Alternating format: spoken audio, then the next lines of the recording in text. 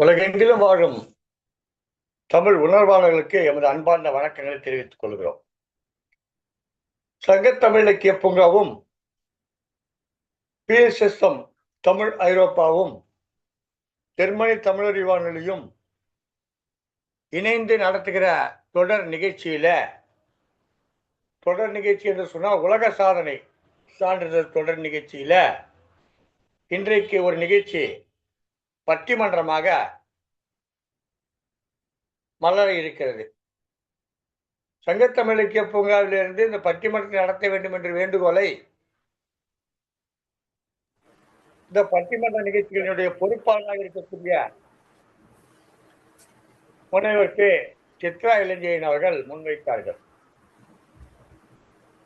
என்னம்மா தலைப்பு தருவது என்று கேட்டபோது ஒரு அருமையான தலைப்பு எடுத்து சொன்னார்கள்.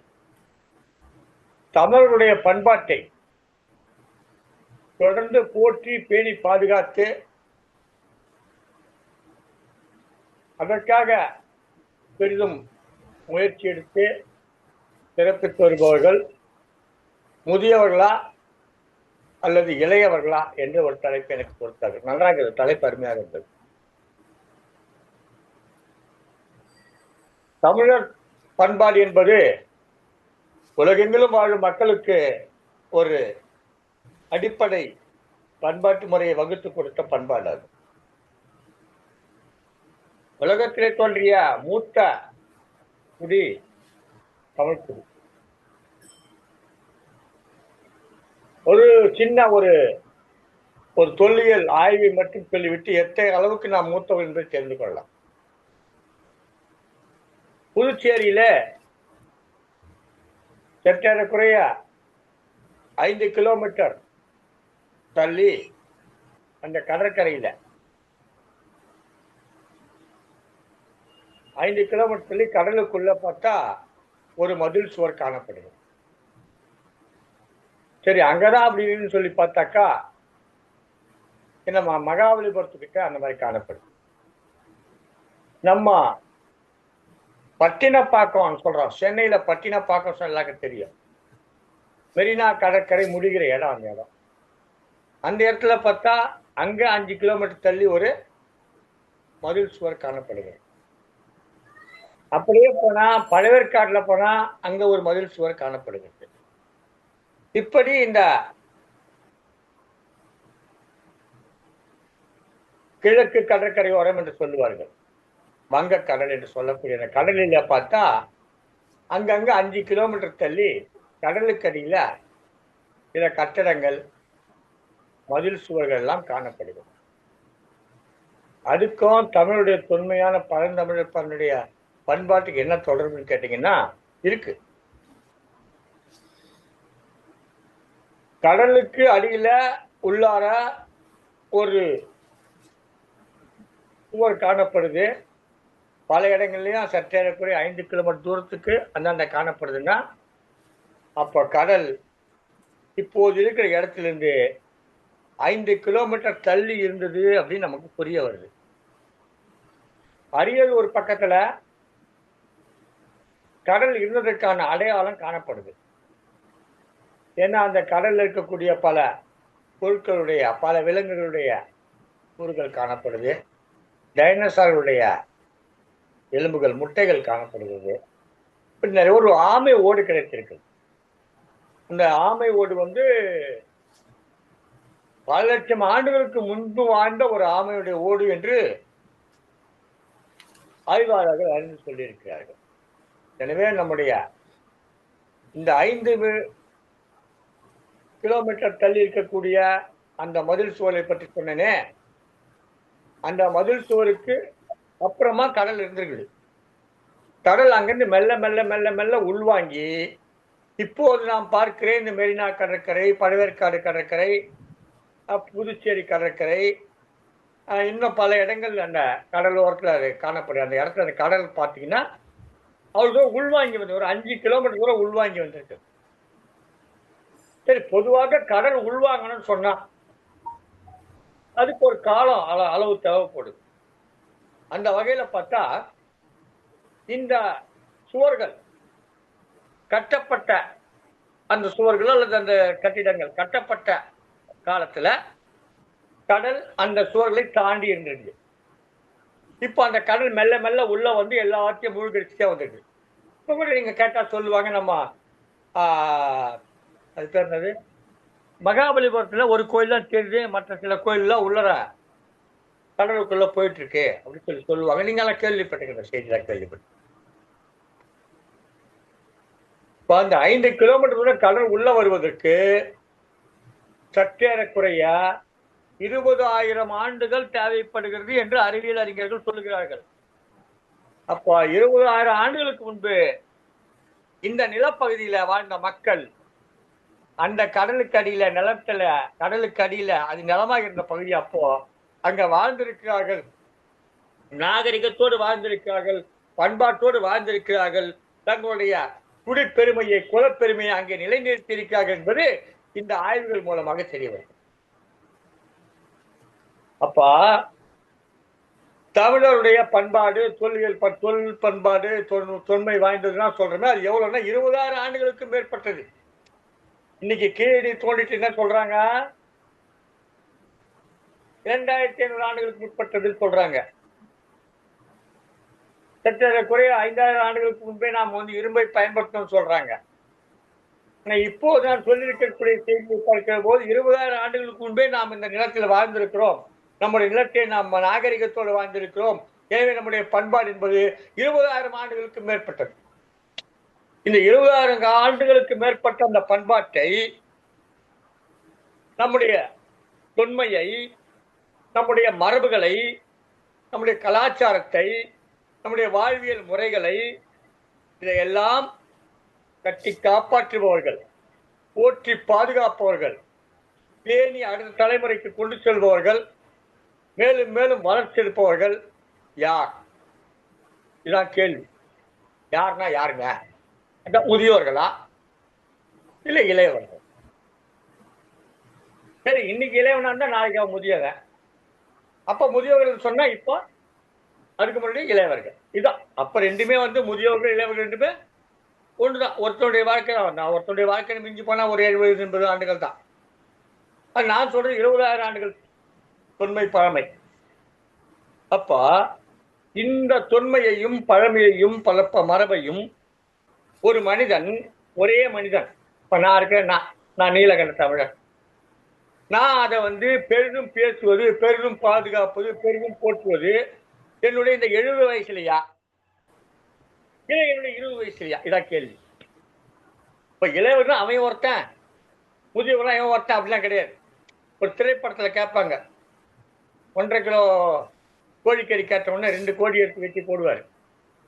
போட்ட உடனே அவர் கேட்பா, இது என்ன 2 கோழி கொடுயோ? இதாயா இது வயசான ஒருபாடு இந்த கோழி, அது சின்னதா இருந்தபோது கோழி, ஒரே கோழி தாயா, இது சின்னதா இருந்தபோது கோழி, இது வயசான போது கோழி சொல்லி அவரு ஏமாற்றி 1.5 கிலோ கோழியை கொடுத்துருவார். உடனே அங்க இருந்து அவர் கேட்பார், அது எப்படி நம்புறதுங்க, தப்பா இருக்குங்க. உடனே அப்படின்னா சொல்லுவார், காட்டுவாருங்க, படத்தை காட்டுவார். அந்த படம் நடிக்கிறது கமலஹாசன். கமலஹாசன் மீசை வச்சுக்கிட்டு இருப்பார் அந்த படத்துல. மீசை வச்சுட்டு இருக்க கமலஹாசன் படத்தை காமிச்சு இது யாருன்னு கேட்பார். நீ அப்படின்வார். உடனே அவருடைய களத்தூர் கண்ணம்மாள் நடித்த ஒரு படம் இருக்கு, அந்த படத்துக்கு புகைப்படம் இருக்கும், அதை காமிச்சு கேட்பார், அது யாருன்னு கேட்பார். அதுவும் நீதான் அப்படின்னா, அப்புறம் நான் தான் ரெண்டும் அந்த மாதிரி அந்த கோழி ஒன்றும். அந்த மாதிரி இது ஒன்றுதான். என்ன செய்தி என்ன கேட்டாக்கா, இதை பேணி பாதுகாப்பவர்கள் முதுமை அடைந்த பிறகு அதை பற்றி எல்லாம் உணர்ந்து இதையெல்லாம் போற்றி பாதுகாக்க வேண்டும் என்று நினைத்து செயல்படுகிறார்களா, அல்லது இளமை காலத்திலேயே இதனுடைய சிறப்பு தன்மைகளாக உணர்ந்து இதையெல்லாம் மக்களிடமே கொண்டு செல்ல வேண்டும், இதை பாதுகாக்க வேண்டும் என்ற உணர்வோடு நின்று செயல்படுகிறார்களா? இதுதான் நம்ம முன்னாடி இந்த பட்டிமன்றத்தில் வைக்கப்பட்டிருக்கிற கேள்வி.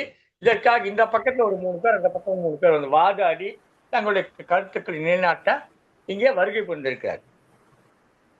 இங்கே வருகை புரிந்திருக்கிறார்கள் என்று சொல்வதை விட இந்த இடத்திற்கு ஒரு அழகு சேர்ப்பதற்காக வந்திருக்கிறார்கள். ஏனென்று சொன்னால் இவர்கள் அனைவருமே மிகச்சிறந்த திறமை வாய்ந்தவர்கள், பல பட்டிமன்றங்களை சந்தித்து வந்தவர்கள், பல பேர் பட்டிமன்றங்களில் நடுவராக இருந்தவர்கள். இன்றைக்கு ஒரு அணியினுடைய தலைமை பொறுப்பேற்றக்கூடிய திருமதி சித்ரா இளஞ்செழியன் அவர்கள் இளையோர்களே என்று பேச வருகிறார்கள். ஆனால் அவர் ஏற்கனவே பல பட்டிமன்றங்களை தலைமை தாங்கியவர். முதியோர்களே என்ற தலைப்பில் பேச அணியின் தலைமை தாங்க வந்திருக்கிறார் கவிஞர் இரா சந்திரசேகர், அவரும் பல பட்டிமன்றங்களை தலைமை தாங்கியவர். இரா சந்திரசேகரனுடைய அணியிலே பேசுவதற்காக திருமதி உமா மகேஸ்வரி அவர்கள் கோபி செட்டி பார்த்து இணைந்திருக்கிறார்கள். திருமதி லலிதா ஷியாம் திருச்சியில் இணைந்திருக்கிறார்கள்.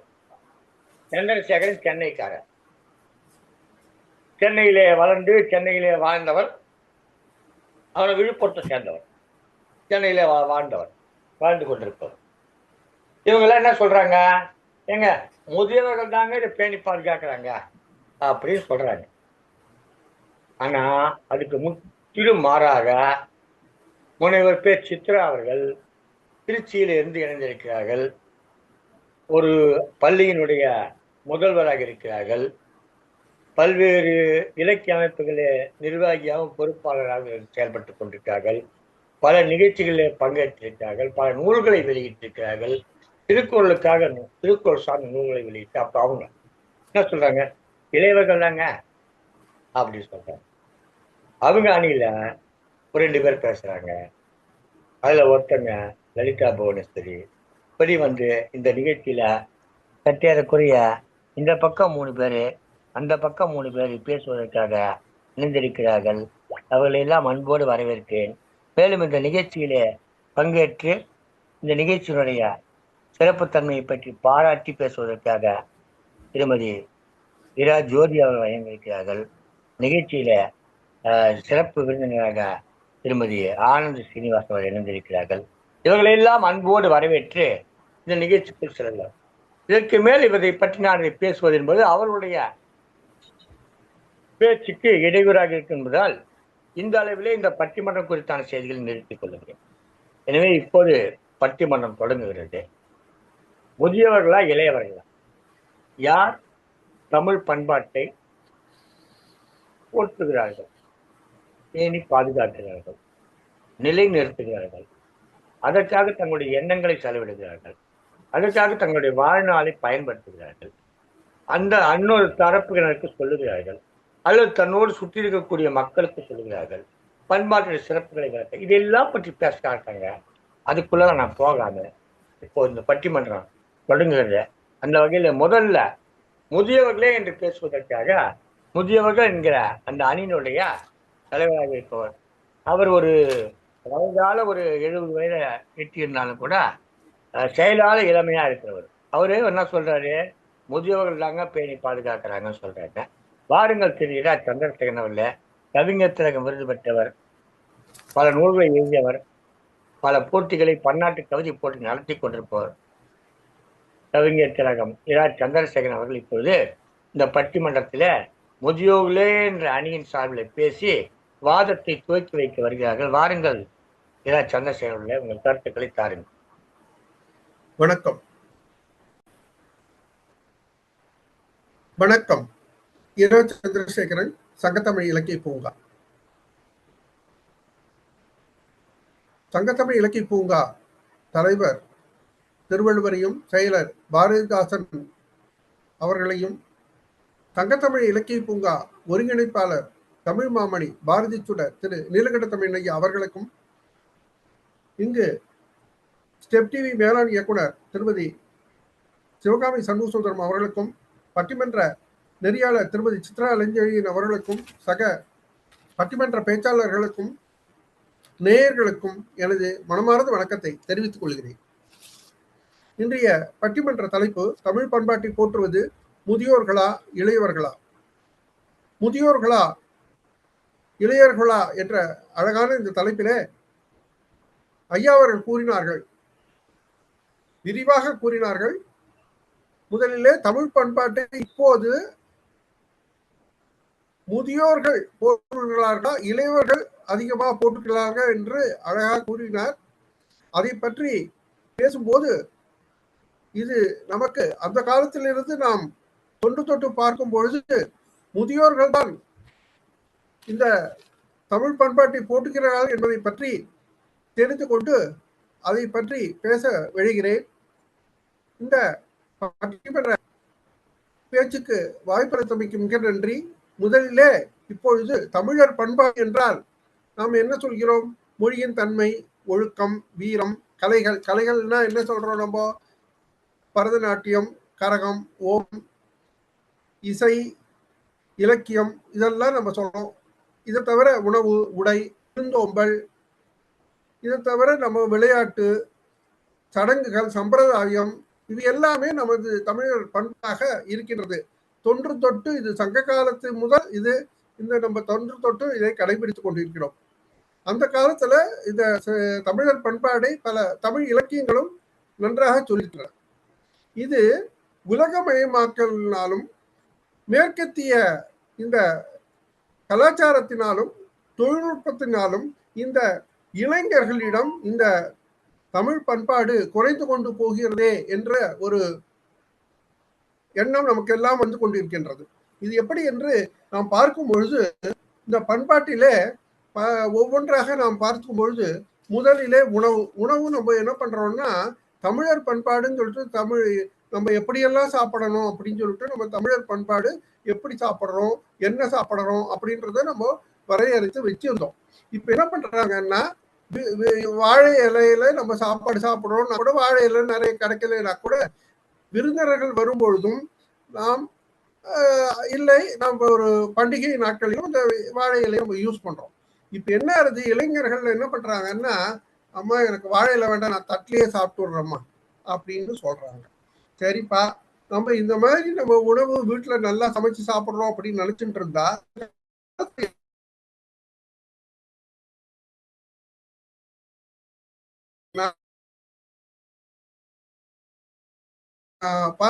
இளைஞர்கள் என்ன பண்றாங்க, அதுக்கு போய் சாப்பிட்டுவோம் சொல்லிட்டு பண்ணிவிடுறாங்க.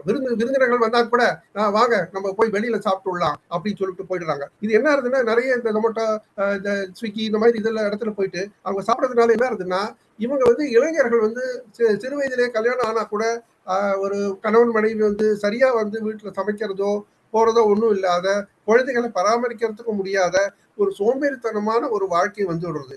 அவங்களுக்கு வாழ்க்கை வந்து வெறும் வேலை, இது அப்படின்னு இருந்துட்டு வீட்டு வேலைகள் எப்படி செய்யணும் என்னன்றத வந்து சரியா அவங்க கவனிக்கலையோன்ற மாதிரி தோன்றது. இதனால வந்து இப்ப இன்னும் என்னன்னா, நம்ம வந்து வீட்டுல நம்ம அஞ்சரை பெட்டின்னு ஒண்ணு வச்சிருந்தோம். அஞ்சரை பெட்டியில மிளகு, ஜீரகம், கடுகு இதெல்லாம் வச்சிருந்து நம்ம நல்லா பண்ணோம். இப்போ இளைஞர்கள் வந்து என்ன பண்றாங்க, இதெல்லாம் நமக்கு எதுக்கு, இதெல்லாம் பார்த்து பண்றதுக்கு, ஏதோ ஒண்ணு சாப்பிட்டோமோ போனோமோ அப்படின்றதுனால இது என்ன ஆகுதுன்னா, பிற்காலத்துல வந்து நமக்கு உடல்நிலை கெட்டு போகும். அதை வந்து நம்ம தெரிஞ்சுக்கணும். ரெண்டாவது உடை. இந்த உடை பார்த்தோம்னா, நல்ல வேட்டியோ சேலையோ இதெல்லாம் அணியணுன்றது தமிழர் பண்பாடா இருக்கு. இப்ப என்னன்னா, அரைகுறை ஆடைகள்லாம் அணிகிறாங்க. இது வந்து மேற்கத்தியனுடைய ஒரு ஒரு பண்பாடு இது வந்து இங்க வந்துட்டு இருக்கோன்ற ஒரு பயம் வந்துட்டு இருக்கு. இது வந்து ஓரளவுக்கு இளைஞர்கள் ஓரளவுக்கு இதை வந்து விழாக்களிலோ பண்டிகைகளோ பண்ணா கூட, அது கூட இப்போ வந்து கொஞ்சம் கொஞ்சமா குறைஞ்சிட்டு வருதோன்ற ஒரு பயம் வந்திருக்கு. இதை தவிர நமக்கு என்ன பண்றோம்னா, வீரம், ஜல்லிக்கட்டு இதெல்லாம் நம்ம பார்க்கும்பொழுது, சிலம்பாட்டம் இருந்தது, ஏறு தழுவுதல், ஜல்லிக்கட்டு இதெல்லாம் வந்து கொஞ்சம் கொஞ்சமா குறைஞ்சி, எப்பாவது ஒரு பொங்கல்ல போய் ஜல்லிக்கட்டு, எப்பாவது ஒரு இதெல்லாம் நம்ம சிலம்பாட்டம்லாம் பார்க்கறதே கிடையாது. இந்த மாதிரி எல்லாம் ஒரு விளையாட்டு, கபடி எங்கேயோ ஒரு இடத்துல கபடி. இப்ப எல்லாரும் என்ன பண்றாங்கன்னா, கிரிக்கெட் அது இது இந்த மாதிரி தான் பண்ணிட்டு இருக்காங்க தவிர, நல்லா ஓடி ஆடி விளையாடுறதுக்கெல்லாம் இப்போ வந்து ரொம்ப குறைஞ்சி போச்சு. இதை தவிர என்ன ஆகுதுன்னா, திருவிழாக்கள் இது உறவினர்களை நம்ம வந்து விருந்தோம்பி பண்ணணும். விருந்தோம்பல்ன்றது இப்போ உறவினர்கள் வந்தாங்கன்னா அவங்களுக்கு ஒரு மரியாதை, ஒரு இது அதெல்லாம் வந்து குழந்தைகள் கிட்ட அவ்வளவா இருக்குமோ என்னன்னு தெரியல. யாதும் ஊரே யாவரும் கேளீர்ன்றது கேட்கறோமே தவிர, அது அவங்க குடும்பத்தை மட்டும் பாத்துக்கிறாங்களோன்ற மாதிரி ஒரு எண்ணம் வளர்ந்தது. இதை தவிர காலையில எழுந்துக்க அப்படின்னு பசங்களா லீவு நாள் விட்டாங்கன்னா அவங்க வந்து என்ன பண்றாங்க, கால் நாள் லேட்டா எழுந்துக்கிறோமா அப்படி. இது என்ன ஆகுதுன்னா, நைட்டெல்லாம் இந்த கைபேசியிலேயே உட்காந்துட்டு காலத்தை கழிச்சுட்டு அவங்களுடைய கண்ணையும் கெடுத்துட்டு இளையவர்கள் வந்து தமிழ் பண்பாட்டை மறந்து விடுகிறார்களோ என்ற ஒரு எண்ணம் அச்சம் எழுகிறது. இசை எடுத்துட்டோம்னா, இவங்க இன்னும் மேற்கத்திய நடனம் தான் கத்துக்கிறாங்களே தவிர, இந்த மாதிரி ஒரு நல்ல இசை, கர்நாடக சங்கீதம், நம்மளுடைய தமிழர் நிறைய பாடல்கள் இதெல்லாம் கத்துக்கலையோ அப்படின்ற ஒரு பயம் நமக்கு வந்து கொண்டிருக்கிறது. ஆகவே இது அத்தனையும் பார்க்கும் பொழுது நமக்கு வந்து இது வந்து முதியவர்கள் வந்து எவ்வளவு சொன்னாலும் ஓரளவுக்கு இளைஞர்கள் ஒரு சிலர் கடைபிடித்தாலும் நிறைய பேர் கடைபிடிக்கவில்லையே என்ற ஒரு பயம் எழுகின்றது. அதனால்தான் தமிழர் பண்பாட்டை போற்றுவது முதியோர்கள் என்று சொல்லி என்னுடைய உரையை முடிக்கிறேன். மற்ற எதிர்வாதங்களை கேட்க ஆசைப்படுகிறேன். நன்றி, வணக்கம். எளிமையாக தொடங்கினார், நிறைய கருத்துக்களை சொன்னார். மேற்கத்திய கலாச்சாரத்தை கொண்டு வந்து விடுறது யாரு? இளைஞர்கள் தானே. இளமையா இருக்கிற போது தானே கொண்டாந்து விடுறாங்க. முதுமையா இருக்கவங்க அதெல்லாம் செய்யறது இல்லையா? முதுமையா இருக்கவங்க வேட்டி சட்டை தானே போடுறாங்க, புடவை தான் கட்டுறாங்க. ஆனா இளைஞர்கள் தான் மேற்கத்திய கலாச்சாரம், மேற்கத்திய உடை இதையெல்லாம் பின்பற்றுறாங்க அப்படின்னு சொன்னார். அதே ஒன்று அஞ்சரை பொட்டி இருந்தது, அதை பற்றி முதியோர்கள் பயன்படுத்துவாங்க. ஆனால் இளைஞர்கள் அப்படி கிடையாது. எதையோ ஒன்று வெந்தது தின்னு வந்தபடி வாழ்ந்துட்டு போகிறாங்க அப்படின்ற மாதிரி வருத்தப்பட்டு சொன்னார். ஆனால் ஒரு சின்ன எனக்கு ஐயா இருந்து வீர விளையாட்டை பற்றி சொன்னார். என்னைக்கோ ஒரு நாளைக்கு பொங்கல் அன்னைக்கு, மாட்டு பொங்கல் அன்னைக்கு தான் ஜல்லிக்கட்டு கபடி ஆடுறாங்க. 10 நாள் அப்புறம் டெய்லி ஜல்லிக்கட்டு பண்ணிட்டு இருப்பாங்க. நீங்கள் டெய்லி போய் ஜல்லிக்கட்டு பண்ணிட்டு தான், நீங்கள் வேலை இல்லை, அவன் வேலை பார்க்க வேணாம். வீர விளையாட்டு ஒரு நேரம் தான் கட் பண்ணுவாங்க. நாள்தோறும் காலில் ஏற்றி ஜல்லிக்கட்டு அடக்கிறது செய்ய மாட்டாங்க. ஏன்னா அது இளைஞர்கள் அந்த பண்பாட்டை அவங்க போட்டுறாங்க. நீங்களே அதை எதிரணிக்கே ஒரு வாதமாக எடுத்து வைத்திருக்கிறீர்கள். நிறைய கருத்துக்களை சொன்னீங்க. பெரியோரை மதித்தல் அது சுத்தமாக இல்லாமல் போச்சு. நீங்கள் அதே மாதிரி அந்த வாழையில் சாப்பிட்றது, அது இல்லாமல் தட்டில் சாப்பிட்றாங்க. தட்டில் கூட சாப்பிட்றதில்ல, அந்த பேப்பரில் ஒரு அட்டை இருக்குதுங்க, அட்டையில் வச்சுன்னு சாப்பிட்றாங்க. சமீபத்தில் நான் கூட பார்த்தேன், ஏதோ ஒரு மாநிலத்தில், தமிழ்நாடில் இந்த வடநாட்டு மாநிலம் ஒன்று, அந்த ஊருக்காரர் தான் இங்கே வந்து சொல்கிறாங்க. அந்த அப்படியே அந்த ஒரு மாநிலத்தை சேர்ந்தவர் தான் இங்கே 2 பேர் உட்காந்துக்கிட்டு, ஆஹா தமிழ்நாடு மோசம், தமிழ்நாடு மோசம் அப்படின்னு சொல்லிட்டு இருக்காங்க. ஆனால் அவங்க மாநிலத்தில் போனாக்கா நியூஸ் பேப்பரில் சோறை போட்டு சாப்பிட்றான். அதான் மதியான சாப்பாடு, மதிய உணவு இருக்க அந்த பிள்ளைகளுக்கு கொடுக்குற போது இந்த செய்தித்தாளை, சின்ன சின்ன செய்தித்தாள், அந்த செய்தித்தாளில் தான் உணவு போடுறாங்க, சாப்பிட்றாங்க. எனக்கு கூட பார்க்கணும் வருத்தமாக இருந்தது. ஏன்னா இவ்வளோ மோசமாக வச்சுருக்காங்களே, செய்தித்தாளிலவே உணவு கொடுக்குறாங்களே. அப்படி பார்த்துட்டு இங்கே வந்தால் இங்கே நம்ம ஊர் பிள்ளைங்க என்ன பண்ணுது, அந்த பேப்பர் அட்டையை வச்சு சாப்பிட்டுக்கிட்டு இருக்கு. ஆக இவன் வெள்ளை பேப்பரில் வச்சு சாப்பிட்றான், அவன் பிரிண்ட் அச்சடித்த பேப்பரில் வச்சு சாப்பிட்றான், அவ்வளோதான். எனவே அதெல்லாம் இருக்குது. கைபேசியில் காலம் கழிக்கிறாங்க, நல்ல கருத்தாக சொன்னாங்க. ஆனால் இதற்கெல்லாம் எதிரணியிலேருந்து வந்து பேசுகிறவங்க பதில் சொல்ல, எங்கிட்டே பதில் இருக்குது, அதனால் நான் பதில் சொல்லக்கூடாது என்பதால் எதிரணியில் இருக்கவங்க வந்து நிறைய பதில்கள் சொல்ல காத்திருக்கிறாங்க. இவர் ஏதோ வயசானவர் வந்து சொல்கிறாருங்க அப்படி சொல்லிட்டு இவங்க எதிராக வந்து பேசுறதுக்காக அம்மையார் முனைவர் பே. சித்ரா இளஞ்செழியன் அவர்கள் தன்னுடைய வாதங்களை, தன் தரப்பு நியாயங்களை எடுத்து சொல்லி இந்த பட்டிமன்றத்தை அவர்கள் அணியின் சார்பில் தொடங்கி வைக்க இருக்கிறார்கள். வாருங்கள் திருமதி முனைவர் சித்ரா இளஞ்செழியன் அவர்களே.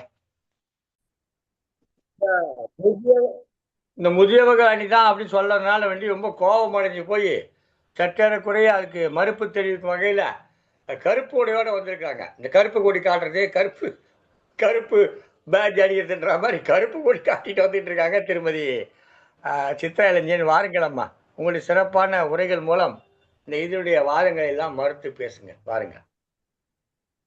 அனைவருக்கும் வணக்கம். வணக்கம். சங்கத்தமிழ் இலக்கிய பூங்கா மற்றும் PSSM ஐரோப்பா மற்றும் ஜெர்மன் தமிழருவி வானொலி போன்ற பன்னாட்டு ஊடகங்கள் இணைந்து நடத்தும் உலக சாதனை தொடர் நிகழ்வாக இன்று பட்டிமன்றத்தினுடைய தலைப்பு அனைவருக்குமே தெரிந்ததுதான். அதை திரும்ப ஒரு தடவை எல்லாரும் நல்லா சொல்லி பார்க்கணும்னு நினைக்கிறேன். தமிழர் பண்பாட்டை போற்றுவது முதியோர்களா இளையோர்களா? ஐயா நம்மளுடைய எதிரணியின் தலைவர் வந்து முதியோர்கள் என்று சொல்லிவிட்டு சென்று விட்டார். அவர் வந்து இன்னும் 19வது நூற்றாண்டிலே இருக்கிறார் என்று நினைக்கின்றேன். ஐயா இப்பொழுது எந்த நூற்றாண்டு ஐயா? நாம் எந்த நூற்றாண்டில் வாழ்ந்து கொண்டிருக்கிறோம்? நம்மளுடைய பண்பாடு என்பது என்றைக்குமே தன்னை வளப்படுத்தி கொண்டேதான் இருக்குமே ஒழிய பண்பாடு என்றைக்குமே மாறாது. பண்பாடு பண்பாடு தான், கலாச்சாரம் கலாச்சாரம் தான். அப்போ நமது பண்பாட்டை காப்பது முதியோர்கள் மட்டுமல்ல. முதியோர்கள் என்பது ஒரு முதிர்ந்த மரம் போல. இளையோர்கள், இன்றைக்கு இளைய சமுதாயத்தில் இருக்கக்கூடிய இளையோர்கள் தான் அடுத்த தலைமுறைக்கும் வழி வழியாகவும் அவர்கள் இந்த தமிழர் பண்பாட்டை கடத்தக்கூடியவர்கள். எவ்வாறு முதியோர்கள் கடத்தினார்களோ அதே பண்புகளை இளையோர்களும் கடத்தி கொண்டிருக்கிறார்கள். நான் என்னுடைய வாதத்தை முன்வைப்பதற்கு முன்னால் ஐயாவினுடைய சில கேள்விகளுக்கு நான் விடை சொல்லிவிட்டு என்னுடைய தலைமை உரையை நிறைவு செய்கின்றேன். பெரியோரை மதிக்கிறது இல்ல அப்படின்னு ஐயா சொன்னாங்க. ஐயா, பெரியோரை மதிக்கிறது இல்லன்னு எதை வச்சியா சொல்றீங்க? பிள்ளைங்க கால் மேல கால் போட்டு உட்கார்றாங்கன்றத சொல்றீங்களா?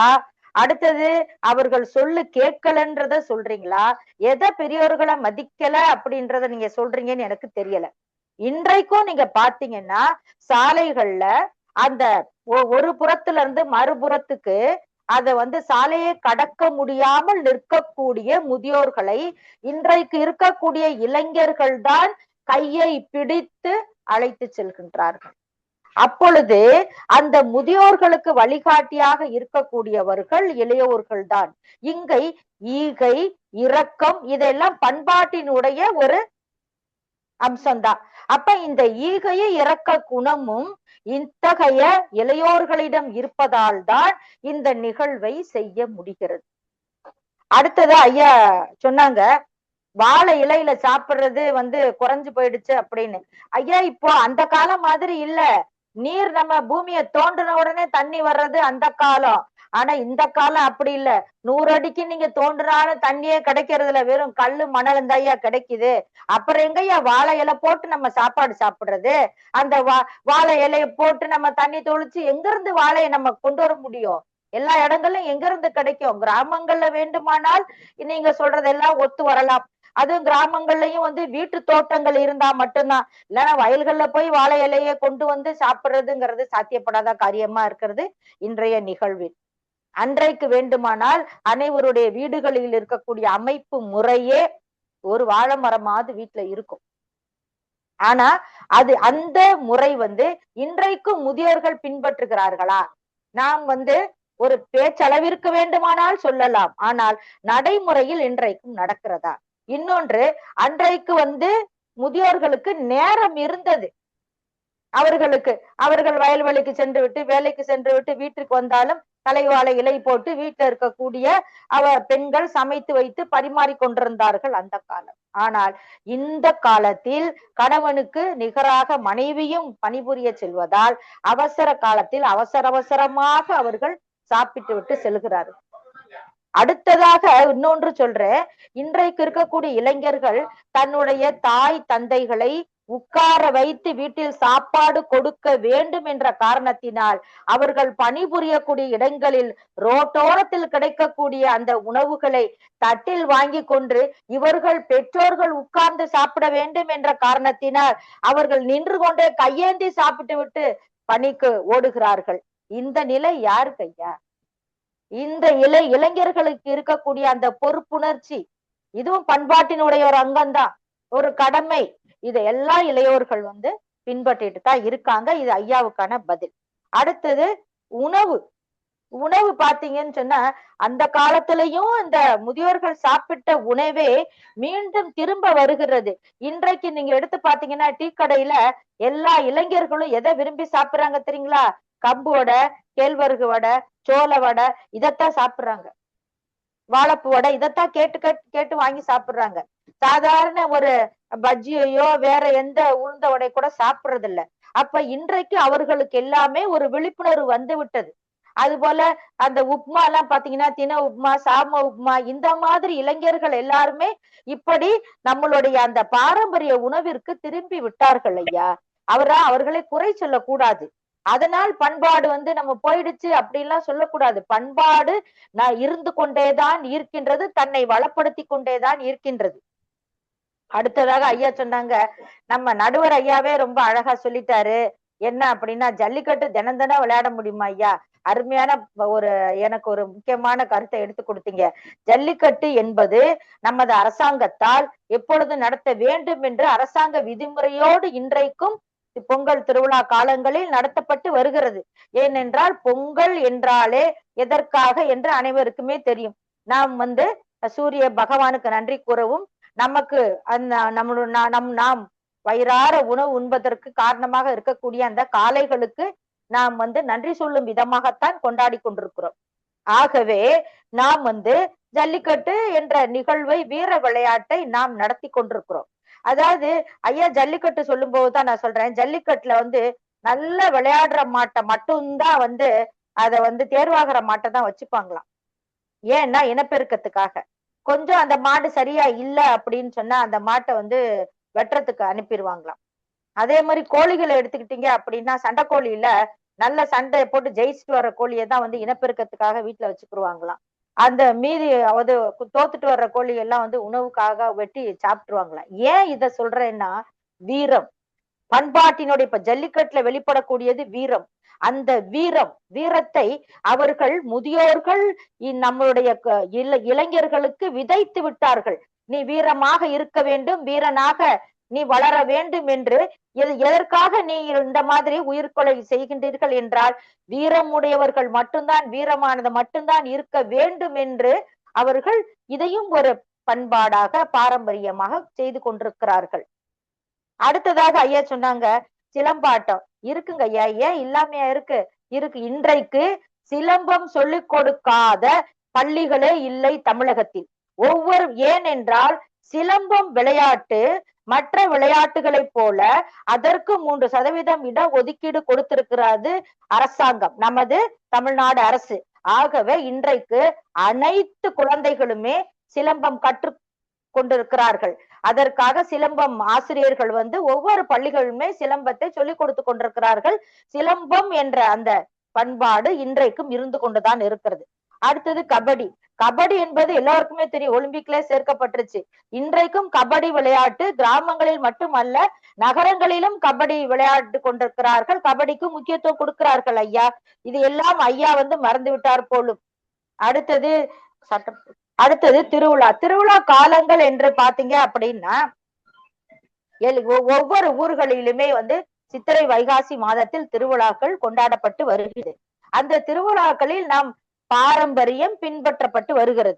அப்பொழுதுதான் உறவினர் வருகை இருந்து கொண்டே இருக்கிறது. அது மட்டுமல்ல, பொங்கல் விழா தீபாவளி எடுத்துக்கிட்டீங்கன்னா ஒரு சென்னை மாநகரமே காலியாகி வந்துடாது.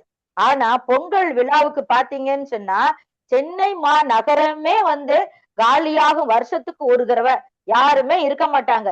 எல்லாரும் அவரவர் சொந்த ஊர்களுக்கு செல்கின்றார்கள். எதற்காக செல்கின்றார்கள்? உறவினருடன் சந்தோஷமாக மகிழ்ந்து இருப்பதற்காக சென்று கொண்டிருக்கிறார்கள். இது ஐயாவினுடைய கேள்விகளுக்கான பதில்கள் ஐயா. இது காலையில் லேட்டா எந்திரிக்கிறாங்கன்னு ஒரு குற்றச்சாட்டை சொன்னாரு. அவர்கள் எல்லாமே பணிபுரியக்கூடிய சூழல்ல இரவில் பணிபுரிவதனால காலையில அவர்கள் அப்ப உறங்க வேண்டிய சூழல் ஏற்பட்டு விடுகிறது ஐயா. அடுத்தது இசை என்று பார்த்தீர்களால், இன்றைக்கு கர்நாடக இசையை எல்லா குழந்தைகளும் கற்றுக்கொண்டிருக்கிறார்கள். ஆகவே இளைஞர்களுக்கும் அதில் பங்கு இருக்கிறது. ஒவ்வொரு இளைஞனும் ஒவ்வொரு குடும்பத்தில் இருக்கக்கூடியவர்களும் தன்னுடைய குழந்தைகளுக்கு கர்நாடக சங்கீதம் கற்றுக் கொடுத்து கொண்டிருக்கிறார்கள் என்பதற்கு ஒரே ஒரு சாட்சி நம்முடைய விஜய் டிவில வரக்கூடிய சூப்பர் சிங்கர் தான் ஐயா. இதை சொல்லி என்னுடைய தலைமை உரையை நிறைவு செய்கிறேன். நன்றி, வணக்கம். அருமையாக பேசினார்கள் முனைவர் சித்ரா இளஞ்செழியன். எதிரினுடைய கருத்துக்களை எல்லாம் மிகச் சிறப்பாக மறுத்தார்கள். மரியாதை கொடுக்கறது பெரிய இது கிடையாது. யாராவது முதியவர்கள் தெருவில் கடக்கிறாங்கன்னா அவங்கள இட்டுட்டு போய் கையை பிடிச்சி கூட்டு போய் விடுறது இளைஞர்கள் தான் உதவி செய்கிறாங்க. அதனால முதியவர்களை மதிக்கிறாங்க. அவங்க நீங்கள் நினைக்கிற மாதிரி வெறும் கும்பிடு போட்டுனே இருக்கணும் அவசியம் கிடையாது. எந்த வகையில் உதவணுமோ அந்த வகையில் அவங்க அருமையாக உதவி செஞ்சிட்டு இருக்காங்க அப்படின்னு மிக சிறப்பாக எடுத்துரைத்தாங்க. நிறைய வாதங்களை வைத்தார்கள். அவருடைய வாதங்கள்லாம் கேட்கிற போது நல்ல தயாரிப்போடு வந்திருக்கிறார்கள் தன்னுடைய அணிக்காக என்று புரிந்தது. அது நான் கூட கேட்குறேன். இப்போ ஒரு பேருந்தில் ஒரு ஒரு ஒரு ஒரு ஒரு கருவுற்று இருக்கிற ஒரு பெண், நம்ம புலராசின்னு சொல்லுவோம், அந்த மாதிரி ஒரு பெண் வந்தாக்கா எழுந்து இடம் விடுறது இளைஞர்கள் தானே, முதியோர்கள் இல்லையா? ஸோ தாய்மை என்கிற பண்பாட்டை பேணுவது இளைஞர்கள் தான், முதியோர்கள் இடம் விடுறதில்லை. இது மாதிரி நிறைய கருத்துக்கள் இருக்கு, நானே சொல்ல முடியும். ஒரு அருமையா சொன்னாங்க, வாழை மரம்லாம் என்னங்க நீங்க எந்த காலத்துக்கு இருக்கிறீங்க, வீடு கட்டுறதுக்கு இடம் இல்லை, தோட்டம்லாம் கிடையாது, அப்படி இருக்கிற போது நம்ம எப்படி செய்ய முடியும்? நீர் தோண்டியவுடன் வந்தது அந்த காலத்துல, அதாவது நிலத்தை தோண்டியவுடன் நீர் வந்தது. இப்போது நீரே வந்து தோண்டினாலும் தண்ணி, நீரே என்று சொன்னால் சந்திரசேகர் ஐயாவே வந்து தோண்டினாலும் தண்ணி வராது அப்படின்னு சொல்லி அழகா சொன்னாங்க. அருமையான ஒரு கருத்து சொன்னாங்க. பெற்றோர்கள் அமர்ந்து சாப்பிடுவதற்காக இளைஞர்கள் தெருவோரத்திலே இருக்கக்கூடிய கடைகளிலே நின்று கொண்டே சாப்பிடுகிறார்கள் என்று அழகான ஒரு கருத்தை சொன்னாங்க. அதே மாதிரி இந்த அடை, கம்பாடை, கேழ்வரகடை, இது மாதிரி நம்முடைய பண்டைய அந்த தானியங்களை எல்லாம், சிறுதானியங்களை எல்லாம் இன்றைக்கும் பயன்படுத்தி கொண்டிருக்கிறார்கள். நிறைய கருத்துக்களை முன்வைத்தார்கள். இவருடைய கேள்விகளுக்கெல்லாம் பதில் சொல்ல ஆரம்பித்து அதுக்கு தனி ஒரு பட்டிமன்றம் அந்த அளவுக்கு கேட்டிருக்காங்க. எனவே இந்த அணியில அவர்கள் தரப்பில கருத்துக்களை வைத்திருக்கிறார்கள். இதையெல்லாம் மறுத்து பேசுவதற்காகவும் தங்களுடைய அணியினுடைய நியாயங்களை எடுத்து சொல்வதற்காகவும் இங்கே திருச்சியை சேர்ந்த திருமதி லலிதா ஷியாம் இணைந்திருக்கிறார்கள். திருமதி லலிதா ஷியாம் அவர்கள் தங்கத்தமிழ் இலக்கிய பூங்காவில் நீண்ட காலமாக இருக்கக்கூடிய ஒரு உறுப்பினர். அவங்க என்ன சொல்றாங்க, முதியவர்கள் தான் தமிழ் பண்பாட்டை பேணி பாதுகாக்கிறாங்க என்று தன்னுடைய அணியினுடைய நியாயங்களை சொல்லி வைப்பதற்காக இப்போது வருகை புரிகிறார்கள். வாருங்கள் திருமதி லலிதா ஷியாம் அவர்கள, உங்களுடைய கருத்துக்களை கூறுங்கள்.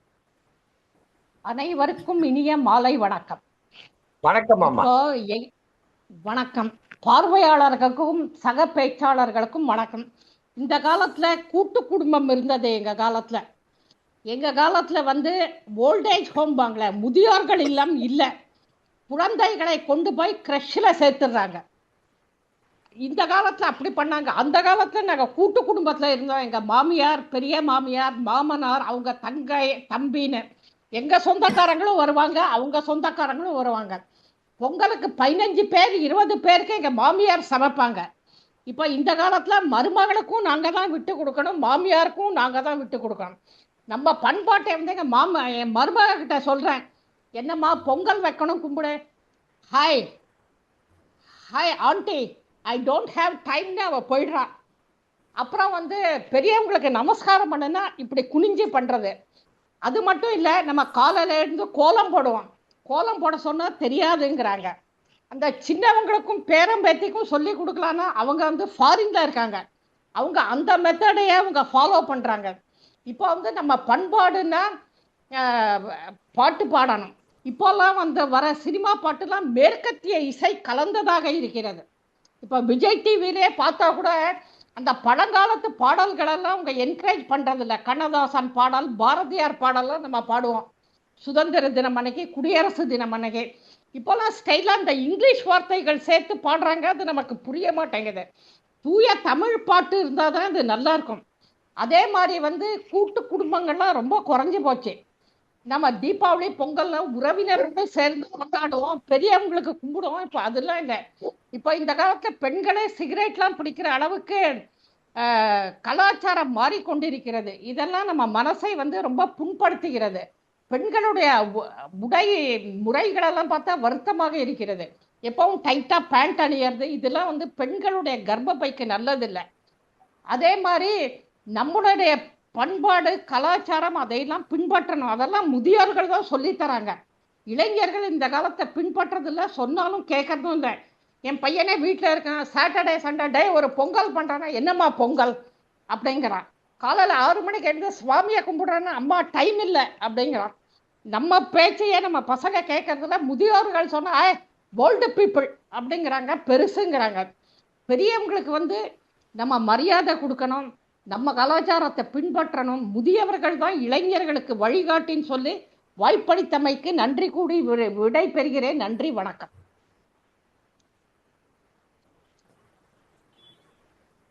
அருமையான கருத்துக்களை தன்னுடைய அணியின் சார்பில் சுருக்கமாக ஆனால் நிறைவாக எடுத்து வைத்தார்கள்.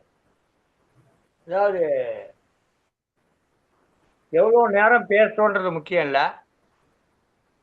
எவ்வளவு பாயிண்ட்களை எடுத்து வைக்கிறோன்றதான் முக்கியன்ற வகையில மிக சுருக்கமாக ஆனால் மிக நிறைவாக தன்னுடைய கருத்துக்களை சொன்னார்கள். கோலம் போட தெரியல, ஆனா ஜீன்ஸ் பேண்ட் போட தெரியுது. அவங்க சொன்னதான், ஜீன்ஸ் பேண்ட் போட்டுக்கிறாங்க, ஆனா கோலம் போட தெரியல இந்த காலத்து பிள்ளைகளுக்கு. எல்லோருக்கும் சமைத்தல் என்பது தெரியல, எல்லோருக்கும் சமையல் பண்றது பெரியவங்களா இருக்கிறாங்க, மூத்தவர்களா இருக்கிறாங்க. அதே மாதிரி பார்த்தீங்கன்னா சாமி கும்பிடுவதில்லை, அதுக்கெல்லாம் டைம் இல்லைன்னு சொல்றாங்க. சிகரெட்டு பிடிக்கிறாங்க. பெண்கள் உடை வந்து மிக மோசமாக இருக்கிறது, இந்த உடையெல்லாம் வந்து கர்ப்பப்பைக்கு நல்லதல்ல. இதெல்லாம் வந்து நம்ம முன்னோர்கள் வந்து அதுக்கண்ட வகையில உடை முறைகளை வைத்திருந்தார்கள், வாழ்வியல் முறைகளை வைத்திருந்தார்கள், சில கலாச்சார பண்பாடுகளை வைத்திருந்தார்கள். அவற்றையெல்லாம் பெருசு இளையவர்கள் கற்றுக்கொள்வதும் இல்லை, அதை பேணுவதும் இல்லை, தங்கள் வாழ்க்கையில் பயன்படுத்துவதும் இல்லை. இதையெல்லாம் இன்றைக்கும் கடைபிடித்து வருபவர்கள் முதியவர்கள் தான், இவர்கள் கிடையாது, இளையவர்கள் கிடையாது. இதுதான் அம்மாவனுடைய வாதம். சிகரெட் பிடித்தல் ஒரு குறைபாடு தான். இப்ப நிறைய குறைபாடுகள் இருக்குது அவங்க சொல்றபடி பார்த்தா. ஆனா சாமி கும்பிடுவதில்லை என்பதை என்னால் ஏற்றுக்கொள்ள முடியல. சாமி கும்பிடுவதில்லைன்னா நீங்க நினைக்கிறீங்க, ஆனா அவங்க கும்பிட்டுக்கிட்டு தான் இருக்கா. இன்னைக்கு கோயிலுக்கு போய் பாருங்க, நிறைய இளையவர்கள் கூட்டம் இருக்குது. இளைஞர்கள் வந்து கோயில்களில் வந்து சாமி கும்பிடுறாங்க, ஆனால் வீட்டில் கும்பிடாம இருப்பாங்க. ஆனா கோயில் இருக்கிற இடத்தெல்லாம் பார்த்தீங்கன்னா இளைஞர்கள் கூட்டம் இருக்கு. வெறும் முதியோர் மட்டும் தான் கோயிலுக்கு வராங்கன்னா இவ்வளவு கூட்டமே இருக்காது, கூட்டம் குறைஞ்சிக்கிட்டே போயிடும். கூட்டம் குறையாம கூட்டம் அதிகரிக்குது என்று சொன்னால் அப்போ இளையவர்களும் வருகிறார்கள், முதியோர்கள் வருகிறார்கள், இயல்பாக முதியோர்கள் வருகிறார்கள், இளைஞர்களும் வருகிறார். அதனால தான் கூட்டம் அதிகமாக இருக்கு. முன்னாடிலாம் நான்லாம் வந்து திருப்பதிக்கு போனாக்கா ஒரு 7 அல்லது 8 மணி நேரத்தில் அந்த கோயில் சாமியை கும்பிட்டு வந்துடுவேன். ஆனால் இப்போ போனால் 36 மணி நேரம் 48 மணி நேரம் அப்படின்னு ஆகுது. காரணம் என்ன? கூட்டம் அதிகமாக கூடுது. அப்போ வந்திருக்கவங்களாம் யாரு? முதியவர்களான்னா இல்லை. ஏன்னா திருப்பதி கோயிலில் முதியவர்களுக்கு சீனியர் சிட்டிசன்ஸுக்கு தனியாக ஒரு வழி வச்சிருக்கா. அந்த வழியில் அவங்க போகிறாங்க. காலையில் 9லேருந்து 11 மணி வரை 10 மணி வரையிலும் ஒரு நேரம் அவங்க ஒதுக்கி அந்த நேரத்தில் முதியவர்களை அனுப்பிச்சிடுறான்.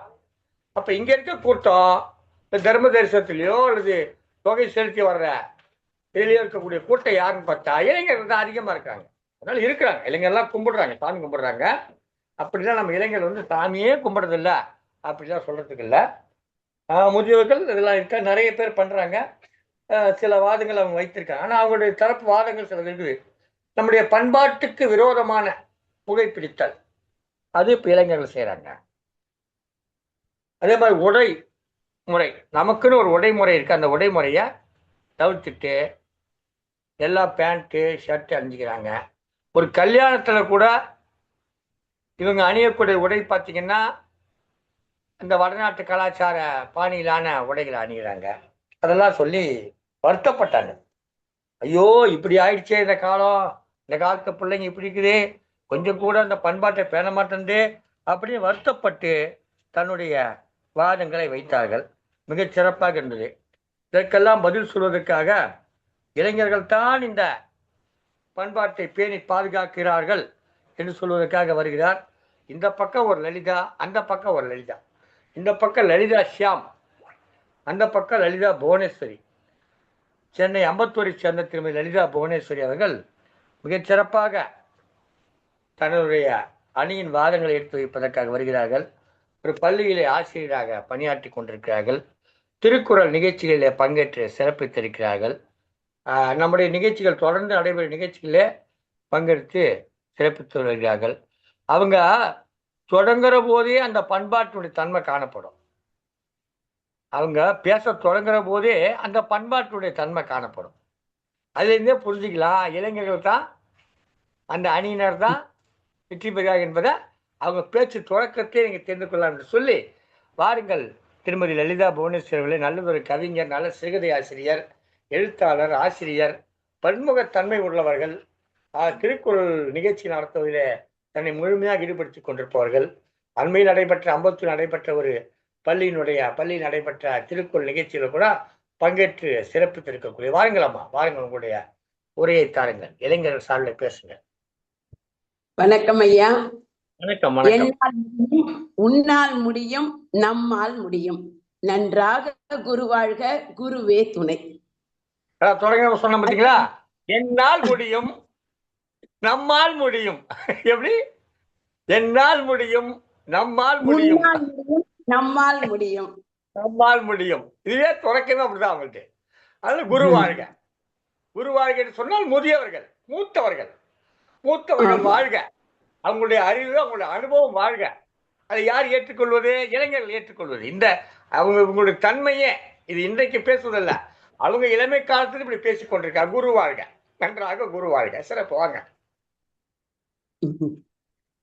ஐயா.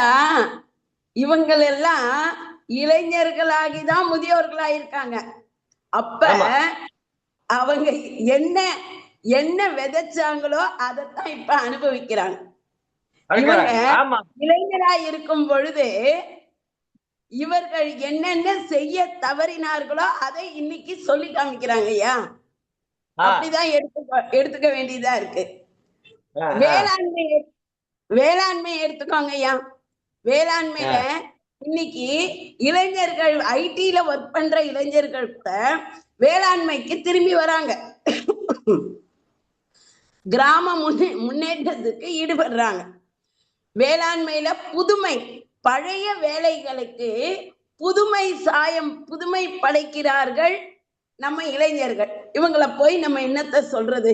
இப்படி எல்லாம் சொல்லலாமா? மக்கள் பாரதம் முன்னேற்றத்திற்கு பண்பாடு, தமிழர் பண்பாட்டை காப்பது இளைஞர்கள் தான். இளைஞர்களின் பங்கு தான் அதிகம். இயற்கை பேரிடர் இப்ப நம்ம நிறைய வந்தது இல்லைங்களாயா? இந்த இயற்கை பேரிடர்லாம் முதியவர்களை முதியவர்களையே வழிநடத்தி செல்வது இந்த இளைஞர்கள் தான். இயற்கை பேரிடர்ல தன்னுடைய உயிரையும் துச்சமாக மதித்து அவர்கள் அந்த தொண்டு உள்ளத்தோடு அவர்கள் வாழ்கிறார்கள். அவர்களுக்கு நம்மளை மாதிரி இருக்கிற முதியோர்கள் வழிகாட்டியாக வைத்து அதை பயன்படுத்துகிறார்கள். துணிச்சல், எந்த வேலையிலையும் துணிந்து செயல்படணும். முதியோர்கள் என்ன சொல்லுவாங்க? இப்படி போயிடாத, அப்படி போயிடாத, அதை செஞ்சிடாத, இதை செஞ்சிடாத அப்படின்னு பயத்தை ஊட்டி வளர்த்திருக்காங்க. ஆனால் இளைஞர்கள் அந்த பயத்திலிருந்து வெளிவந்து துணிச்சலோடு சவாலை எதிர்கொள்கிறார்கள். உடைன்னு சொன்னாங்க இல்லையா? அந்த உடைய வாங்கி தரதே பெத்தவங்க தானே. பெத்தவங்க வாங்கி தராம அவங்களுக்கு எப்படி அந்த உடை கிடைக்கும்? அந்த தலைமுடி சீவுவதற்கோ, தலைமுடி வைப்பதற்கோ, இளைஞர்கள் வைப்பதற்கோ அங்கீகாரம் கொடுக்கறதே பெற்றோர்கள் தானே. அப்ப பெற்றோர்கள் செய்யாம அந்த தமிழர் பண்பாடையே இப்படி தலைமுடி வெட்டக்கூடாதுடா அப்படின்னு அவர்களுக்கு சொல்லித்தர இடத்துல இல்லாம அதை ஆதரிக்கிறாங்க. ஏன் புள்ளன்னு ஒரு சமூகம் சீர்கெடுவதற்கே இந்த முதியவர்கள் தான் காரணம். பாரதத்தின் கொடை போர் வீரர்களின் நடை. போர் வீரர்கள் எத்தனை பேர் இருக்காங்க? அவர்கள் எத்தனை பேர் உயிரை தியாகம் செய்து நாட்டுக்காக காப்பாத்திருக்காங்க? வீரத்தின் மணிமகுடம் இளைஞர்கள். உரிமை காக்கும் தன்மான சிங்கம் இளைஞர்கள். உரிமைக்காக அவர்கள் எந்த நிலையிலும் அவர்கள் பாடுபடுகிறார்கள். நாட்டின் முன்னேற்றத்திற்காக பாடுபடுகிறார்கள். அடுத்து அவங்க சொன்னாங்க, பக்தியே கிடையாது. பக்தி, காதல், வீரம் எல்லாத்தையும் பயன்படுத்துற அளவு பயன்படுத்துறாங்க. அவங்க சினத்துல உச்சமா இருப்பாங்க. அந்த சினத்தை தூண்டுற சினமும் ரௌத்ரம் பழகுன்னு பாரதியார் சொல்லியிருக்காரு. அறத்தின் உச்சம். எல்லா கோவில்களிலும் எல்லா இடத்திலையும் ஆளா நின்று அவர்களுக்கு உதவி செய்வது எல்லாமே அறத்தின் உச்சமாக இருக்கிறாங்க. யோகா, விளையாட்டு போட்டி, நடனம். ஐயா சொன்னாரு வெஸ்டர்ன் டான்ஸ் தான் ஆடுறாங்க. இல்ல, பரதக்கலையில நிறைய குழந்தைகள் சாதிச்சிருக்காங்க. செஸ், சதுரங்க போட்டி. தமிழகத்துல எங்க வேலம்மாள் பள்ளி மாணாக்கர்கள் தான் உலகளவில் சாதனை புரிஞ்சிருக்காங்க இளைஞர்கள். தமிழகத்துக்கு, இந்தியாவுக்கு பெருமையை தேடி கொடுத்திருக்காங்க. குகேஷ், பிரக்யானந்தா, வைஷாலி, இப்படி சொல்லிக்கொண்டே போகலாம். எங்க வேலம்மாள் பள்ளி மாணவர்கள் துயரத்தின் மனித நேயம் வெளிப்படும், தைரியமுடையவர்கள், அடக்கமுடையவர்கள், எந்த இடத்துல எப்படி பேசணும் அப்படின்றது தெரிஞ்சிருக்கு இளைஞர்களுக்கு. ஒரு ஆபீஸ்ல போனா பெரியவங்க கிட்ட எப்படி பேசணும், அப்பா அம்மா கிட்ட ஏமா அப்பா அம்மா உன் வேலையை பாருமா அப்படின்னு சொல்ற குழந்தைங்க கூட ஆபீசர் கிட்ட இடம் பொருள் ஏவல் அறிந்து செயல்படக்கூடியவர்கள். அவங்களதான் உனக்கு ஒண்ணு தெரியாது, நீ இப்படிதான் செய்யணும் அப்படிதான் செய்யணும் பெத்தவங்களோ முதியோர்களோ அடக்கி வைக்கிறார்கள். சமூகத்தின் அடையாளமே இளைஞர்கள் தான். உலகளவுல இந்தியாவில தான் இந்த இளைஞர்கள் அதிகமாக இடம்பெற்றுள்ளனர். அதனால இளைஞர்கள் தான் இன்னைக்கு இருக்கிற ஒரு கூகுள் இவர் இருக்காரு சுந்தர் பிச்சை, அவர் யாரு? இளைஞர் தானே. இன்றைய இளைஞர்களை ஊக்குவிப்பதும் பெரியோர்களுடைய கடமை இல்லவா? நீ நாடு கடந்து போக கூடாது, நீ ஏரோப்ளைன் நீ வெடிச்சு விடுத்துனா என்ன பண்றது? ஏரோப்ளைன்ல கூட ஏர் கிராஷ்ல கூட ஒரு இளைஞன் தான் தப்பிக்கக்கூடிய வழியை கண்டுபிடிச்சான். ஸ்டீஃபன் ஹாக்கின்ஸ் ஒரு இளைஞர் தான் கருந்துளை ஆய்வை கண்டுபிடித்தார். அவருக்கு ஒண்ணு தெரியாது, அவருக்கு கை கால் முடக்கமாயிடுத்துன்னு போட்டு வச்சிருந்தா அவ அப்பா அம்மா அவரு எந்தெந்த விதத்துல எல்லாம் அவருடைய அறிவை திறனை மேம்படுத்தலான்னு அவ சொன்னான். இப்படி என்ன என்ன நீங்க பேசிக்கிட்டே இருக்காங்க. இளைஞர்களுடைய கூட்டம் எவ்வளவு எழுச்சி மிக்க கூட்டம் அல்லவா? விவேகானந்தர் 100 இளைஞர்களை கொடுங்க, 100 முதியவர்களையா கொடுங்கன்னு சொன்னாரு? இல்லையே. கோல போட்டின்றாங்க, நீங்க கோலமே போட தெரியாதுன்றாங்க. ஒரு கோல போட்டி வச்சா அப்படி அருமையா அந்த குழந்தைங்க போடுறாங்க. சமைக்க தெரியாதுன்றாங்க. இன்னைக்கு பேச்சுலர்ஸ் நிறைய பேரு ஃபாரின்ல போய், எங்க வீட்லயே ஒரு குழந்தை சவுத் ஆப்பிரிக்கால போய் படிக்கிறது PhD. அது 4 பேரா சேர்ந்து சமைச்சு சாப்பிடுறது, ஹோட்டல்ல சாப்பிடாம. ஏன் பாட தெரியாதுன்றாங்க? சன் டிவில இந்த சொன்னாங்க இல்லையா, எங்க அணித்தலைவி சொன்னாங்க இல்லையா, திவினேஷ் என்ற பையன் TMS பாடல்களை பாடியே முதல் பரிசை வென்றார். கிட்ட போக முட்டப்பகை. பெரியவர்கள் முதியோர்கள் அவர்கள் இருந்து சின்னவர்களின் வேலையில மூக்க நுழைக்காம இருந்தா, இது நொல்ல, இவ இப்படி நடந்தா அப்படி நடந்தான்னு அவர்களை குறை சொல்லாமல் இருந்தாலே முதியவர்களை பெற்றோர்களை தெய்வமாக பாவிப்பவர்கள் நம் குழந்தைகள். இப்ப எனவே தமிழர் பண்பாட்டை வேட்டி சட்டை இன்னைக்கு ராமராஜ் வேஷ்டி அதிகமா விலை போயிருக்கு. நான் 3 வயசு குழந்தையில இருந்து எல்லாருமே வேட்டி கட்டுறாங்க. ஏன் பாரம்பரியம் குறைந்த? பொங்கல் விழான்னு போங்க, எவ்வளவு பாரம்பரியத்தை கத்து வச்சிருக்காங்க நம்ம குழந்தைங்க. கரகம், நடனம், என்ன பழைய கலைகளை எல்லாம் மீட்டு கொண்டு வருவது இளைஞர்கள் தானே. எனவே இளைஞர்கள் தான் வாழ்க்கையில் பாரத பண்பாட்டை, தமிழர் பண்பாட்டை சீர்தூக்கி நிற்பதில் 51% இளைஞர்கள் பாடு என்று சொல்லி வாய்ப்பளித்தமைக்கு நன்றி பாராட்டி இடம் சார்கிறேன். நன்றி, நன்றி, நன்றி.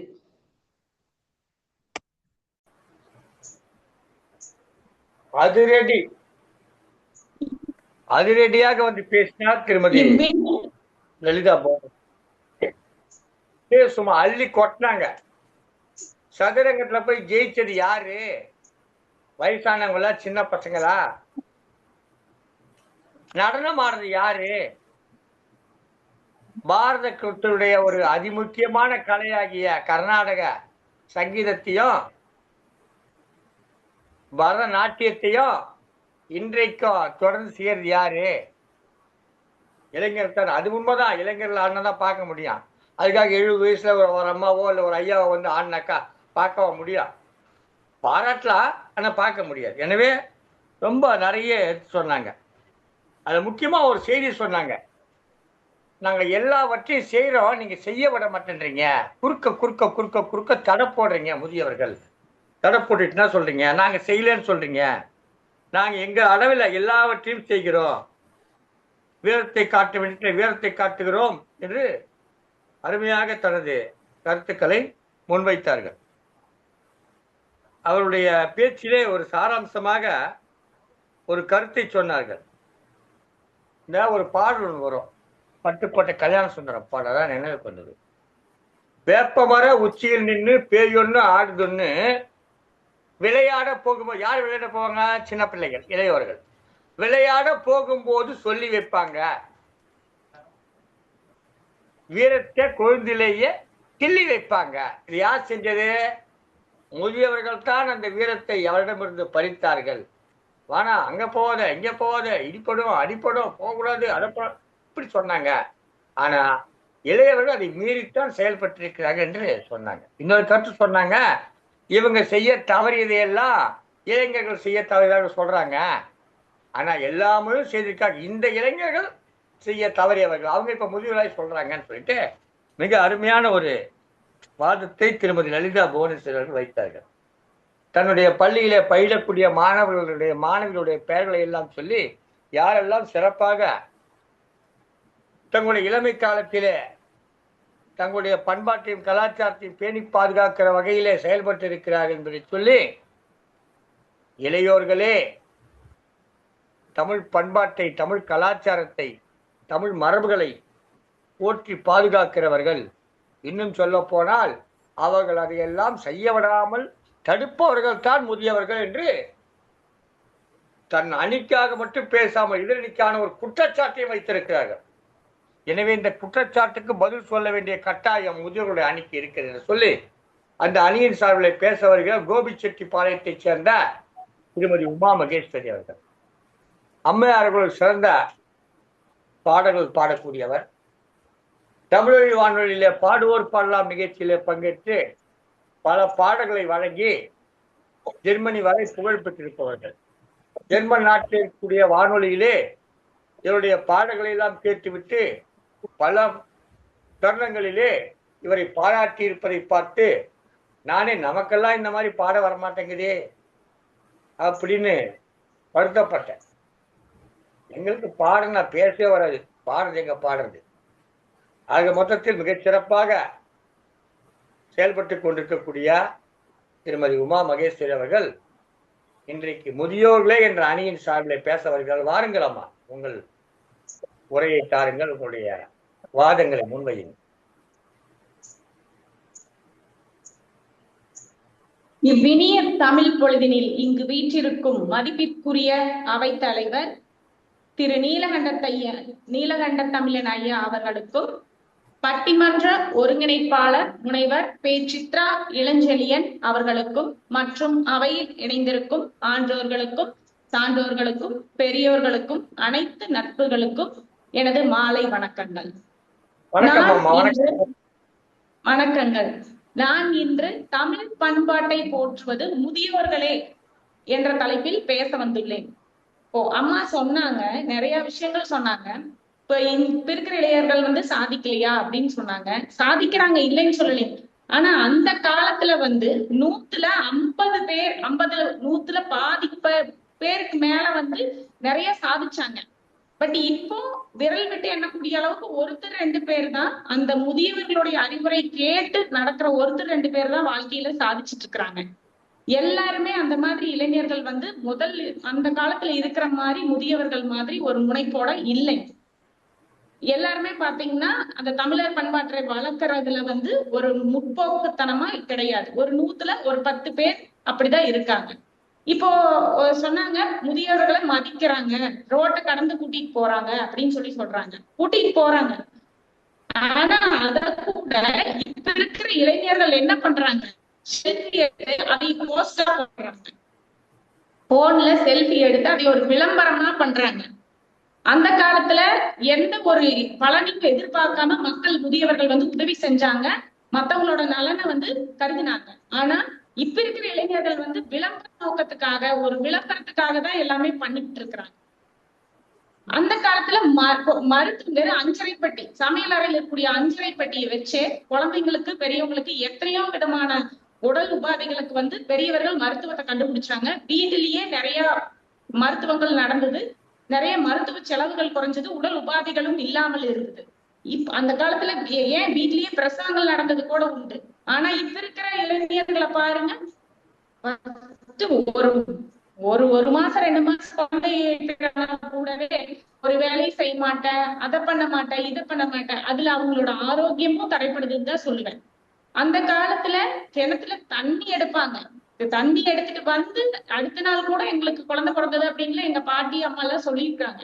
இப்ப அவங்க உடல் அளவிலையும் மன அளவிலையும் எல்லாமே வலிமையா இருந்தாங்க. ஆனா இப்ப இருக்கிற இளைஞர்களுக்கு வந்து அந்த மன வலிமை கிடையாது. இன்னொன்னு, முகப்ப குலையும் அடிச்ச முகந்தெறிந்து நோக்க குலையும் விருந்து அப்படிங்கிற திருக்குறள்ல திருவள்ளுவர் என்ன சொல்றாருன்னா, நம்மளுடைய தமிழர் பண்பாட்டுல விருந்தோம்பல் அப்படிங்கிறது மிகச் சிறப்பான ஒண்ணு. விருந்தோம்பல் அப்படிங்கிறது, அந்த விருந்தோம்பலே இன்னைக்கு காணாம போச்சு. வர விருந்தினர்களை எல்லாம் உபசரித்து அவங்களுக்கு அன்போட பரிமாறி ஒன்னா உட்காந்து ஒரு கூட்டாஞ்சோறுன்னு சொல்லுவோம், அந்த மாதிரி ஒன்னா உட்காந்து பரிமாறி சந்தோஷமா சாப்பிட்ட நாளுக்கெல்லாம் இப்ப காணாம போச்சு. இப்ப ஆவுன்னா நெட்ல ஆர்டர் பண்றேன், தனித்தனியா உட்காந்து சாப்பிடுறேன், ரோட்டு கடையில் நின்று சாப்பிடுறேன் அப்படிங்கறதெல்லாம் வந்து நம்மளுடைய பாரம்பரியம்னு எடுத்துக்கவே முடியாதுங்க. இதெல்லாம் வந்து ஒரு வியாபார நோக்குல, ஒரு பணத்தை நோக்கிதான் வந்து இப்ப இருக்கிற இளைஞர்கள் அதிகமா ஓடிட்டு இருக்கிறாங்களே தவிர நம்ம பண்பாட்டை வளர்க்கணும் அப்படிங்கறது வந்து குறைச்சிட்டு வருது. பள்ளிக்கூடத்தை எடுத்துக்கோங்க. அந்த காலத்துல பள்ளிக்கூடங்கள் எல்லாம் பாத்தீங்கன்னா உடற்கல்வி ஆசிரியர் உடற்கல்வி இதுன்னே வகுப்புனே ஒண்ணு இருக்கும்.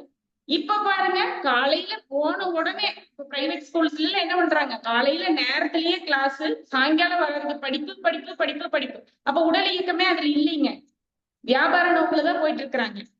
முதியவர்கள் அப்படிங்கிறது என்னங்க, முதுமை அப்படிங்கிறது என்ன, நம்மளுடைய வருங்காலம் தான், இளைஞர்களுடைய வருங்காலம் தான் முதுமைங்க. முதியவங்க எல்லாமே அறிவு நிறைந்த ஞானிகள் என்னை பொறுத்தளவுக்கு. அவங்க சொல்ற பேச்சு கேட்டு நம்ம அவங்களுடைய பாரம்பரியத்தை வந்து மென்மேலும் வளர்க்கணுங்கிறது தான் என்னுடைய வாதமா இருக்குதுங்க. மூத்த குடிமக்கள் எல்லாமே ஒரு சமூகத்தினுடைய முதிர்கனிகள் அப்படின்னு சொல்லலாம். முதிர்ச்சியில் இருக்கக்கூடிய தேர்ச்சியை தெரிஞ்சுக்காமையே தேய்ந்து தீந்து போகிறது இச்சமூகம் என்று கூறி காப்பது, அதாவது தமிழர் பண்பாட்டை வளர்ப்பதில் முக்கிய பங்கு முதியோர்களுக்கு என்று கூறி விடைபெறுகிறேன்.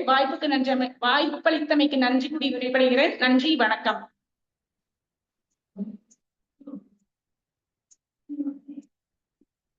முதியவர்களுடைய சிறப்பான தன்மைகளை எல்லாம் எடுத்து சொன்னார்கள். அவர்கள் எப்படியெல்லாம் நடந்து கொள்ள சொன்னார்கள். உடைய ஒன்று சொன்னாங்க, சாலையை கடந்து செல்கிற பெரியவர்களை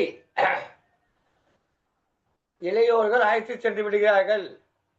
அழைத்து சென்று விட்டவுடனே அந்த பெரியவரோடு சேர்ந்து ஒரு செல்ஃபி எடுத்து அதை முகநூல்லையும் இன்ஸ்டாகிராம்லையும் போட்டுட்டு விளம்பரம் தேடிக்கொள்கிறார்கள் என்று ஒரு குற்றச்சாட்டை வைத்துவிட்டு சென்றிருக்கிறார். இளைஞர்கள் மீது, இளைய சமுதாயத்தின் மீது ஒரு பெரும் குற்றச்சாட்டை வைத்து சென்றிருக்கிறார்.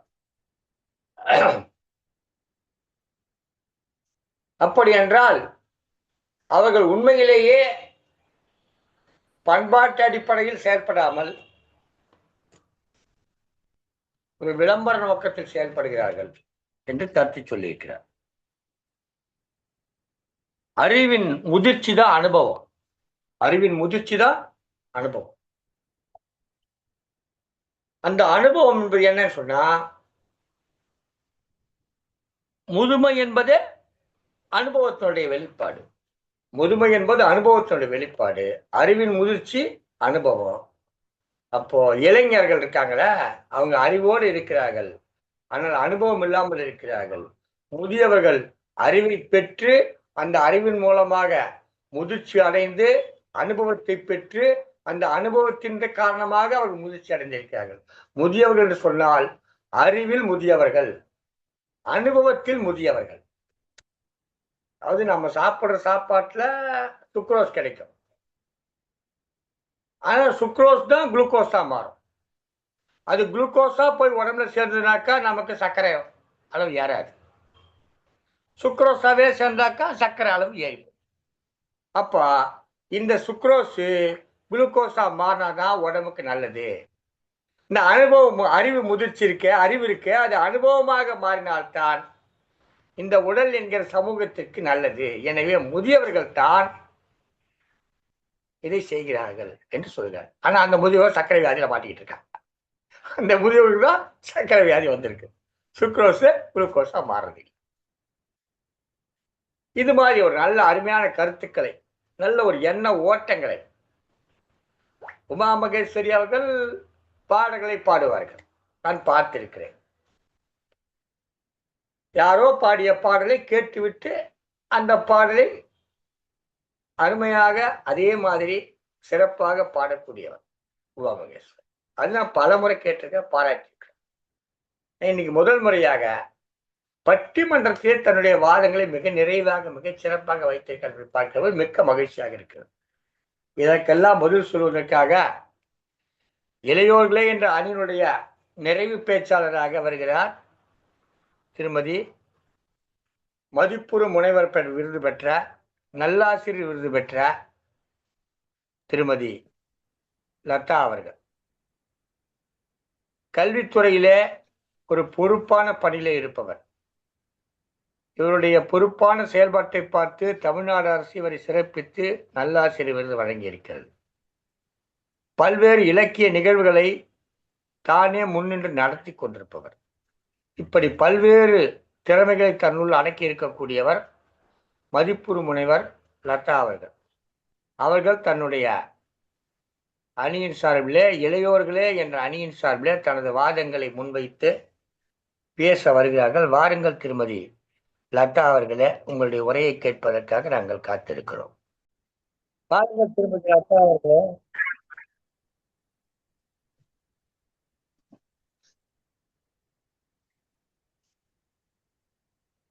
வாருங்கள் அம்மா, பேசுங்கள், உங்கள் கருத்துக்களை கூறுங்கள். வணக்கம். தமிழ் இலக்கிய பூங்கா ஜெர்மன் வானொலி பன்னாட்டு பட்டமன்றத்தில் நடத்தி கொண்டிருக்கும் மதிப்பிற்கும் மரியாதைக்குரிய நீலகண்ட தமிழன் ஐயா அவர்களே, தலைமையே, ஆன்றோரே, சான்றோரே, நெறியாளர்களே, அத்துணை ஆளுமைகளுக்கும் என் பணிவான வணக்கத்தை பதிவு செய்து, இந்த நாள் பட்டிமன்றத்தின் தலைப்பாம் தமிழர் பண்பாட்டை போற்றுவது முதியோர்களா இளைஞர்களா? இதோ என்னுடைய அணி இளைஞரே என்ற வாதத்தை நான் முன்வைத்து என் உரையை துவக்குகிறேன். இதோ இளைஞர்கள் பண்பாட்டை கடத்தக்கூடியவர்கள். ஆம், அவர்கள் முதியோர்கள் என்று பார்த்தோமானால் படையாப்பாவிலே பார்க்கிறோம். ரம்யா கிருஷ்ணன் அவர்கள் கால் மீது கால் போட்டு இளைஞர்கள் உட்காருகிறார்களாம். முதியோர்கள் உட்காருகிறது இல்லையா? ரம்யா கிருஷ்ணன் அம்மா எப்படி அம்மா உட்கார்ந்தார்கள்? கால் மேலே கால் போட்டுத்தானே உட்கார்ந்தார்கள். கையை பிடித்து அழைத்து செல்லுகின்றனராம். அவர்களிடத்திலே ஈகை இரக்கமெல்லாம் இருக்கிறது என்று. இந்த காலத்திலே ஈகையையும் இரக்கத்தையும் பெரியோர்கள் முதியோர்கள் மத்தியில் மாத்திரமல்ல, பெரியவர்களுக்கும் இளையவர்களுக்கும் யாவருக்கும் பொதுவானதாய் காணப்படுகிறது. வாழை இலையில சாப்பிடுகிறது. என்னன்னா நிலத்தடி நீர் இல்லையாமா. எப்படியம்மா?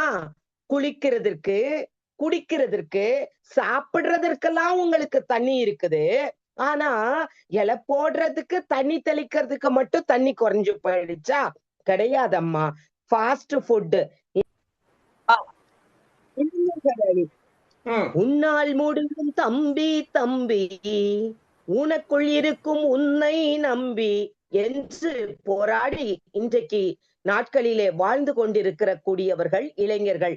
ஆம், உன்னை அறிந்தால் நீ உன்னை அறிந்தால் உலகத்தில் நீ வாழலாம், உயர்ந்தாலும் தலை வணங்காமல் நீ வாழலாம்.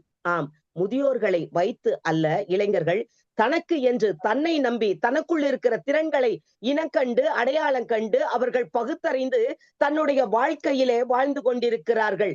ஆம், என்னால் முடியும் உன்னால் முடியும் என்று இலக்கணம் வைத்தவர்கள், இலக்கு வைத்தவர்கள். ஆகவேதான் அப்துல் கலாம் ஐயா அவர்கள் சொன்னார்கள், சர்வதேச மாணவர்கள் தினம் என்று. மாணவர்களை குறித்து, இளைஞர்களை குறித்துதான் அவர்கள் சொன்னார்கள், என்னுடைய பிறந்த நாளை நீங்கள் மாணவர்கள் தினமாக கொண்டாடுங்கள் என்று. இதிலிருந்து என்ன தெரிகிறது? ஆம், இளைஞர்கள் தான் தேவை நாட்டுக்கு. இன்றைய இளைஞர்கள் வருங்கால நாட்டின் தூண்களாய் காணப்படுகிறார்கள்.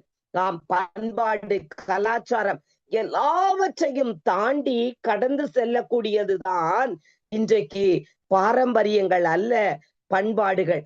பாரம்பரியமாக சமய சடங்குகளை போல விழாக்கள் என்று, பண்டிகை காலங்கள் என்று முதியோர்கள் ஒருவரை ஒருவர் சந்தித்து பேசிக் கொள்ளுகிறது, இது எல்லாம் பாரம்பரியம். பண்பாடு என்று வரும்போது இளைஞர்கள் பண்பாட்டை பேணி காக்கிறவர்களாயிருக்கிறார்கள். எங்கு முதியவர்கள் வருகிறார்களோ, கர்ப்பிணி பெண்களோ, உடல் ஊனமுற்றவர்களோ, வியாதியஸ்தர்களோ பேருந்திலே பயணம் செய்யும் போது அவர்களுக்கு எழுந்து நின்று இடம் கொடுக்கிறவர்களாய் காணப்படுகிறார்கள். ஒரு பேருந்து சாலையிலே கடக்க வேண்டும் என்றால் அவர்களுக்கு இளைஞர்கள் முதியோர்களை கடப்பதற்கு அவர்கள் வழி நடத்துவதற்கு தூண்டுகோலாய் கிரியா ஊக்கியாய் காணப்படுகிறார்கள். ஆகவே அவர்கள் வாழ்வியல் முறைகளை அறிந்திருக்கிறபடியினால் இளங்கன்று பயமறியாது என்பதை அவர்கள் அறிந்தபடியினாலே எல்லோருக்கும் எல்லாவுமாய் முதியோர்களை பக்குவப்பட்டவர்களாய் அவர்கள் கரம் பிடித்து வழி நடத்தி கொண்டிருக்கிறார்கள். ஆகவே இளைஞர்களே இந்த நாட்களிலே ஒவ்வொருவரையும் பேணி பாதுகாக்கிறார்கள். முதியவர்களை வீட்டில் இருக்க வைத்து அவர்களே வேலைக்கு செல்லுகிறார்கள்.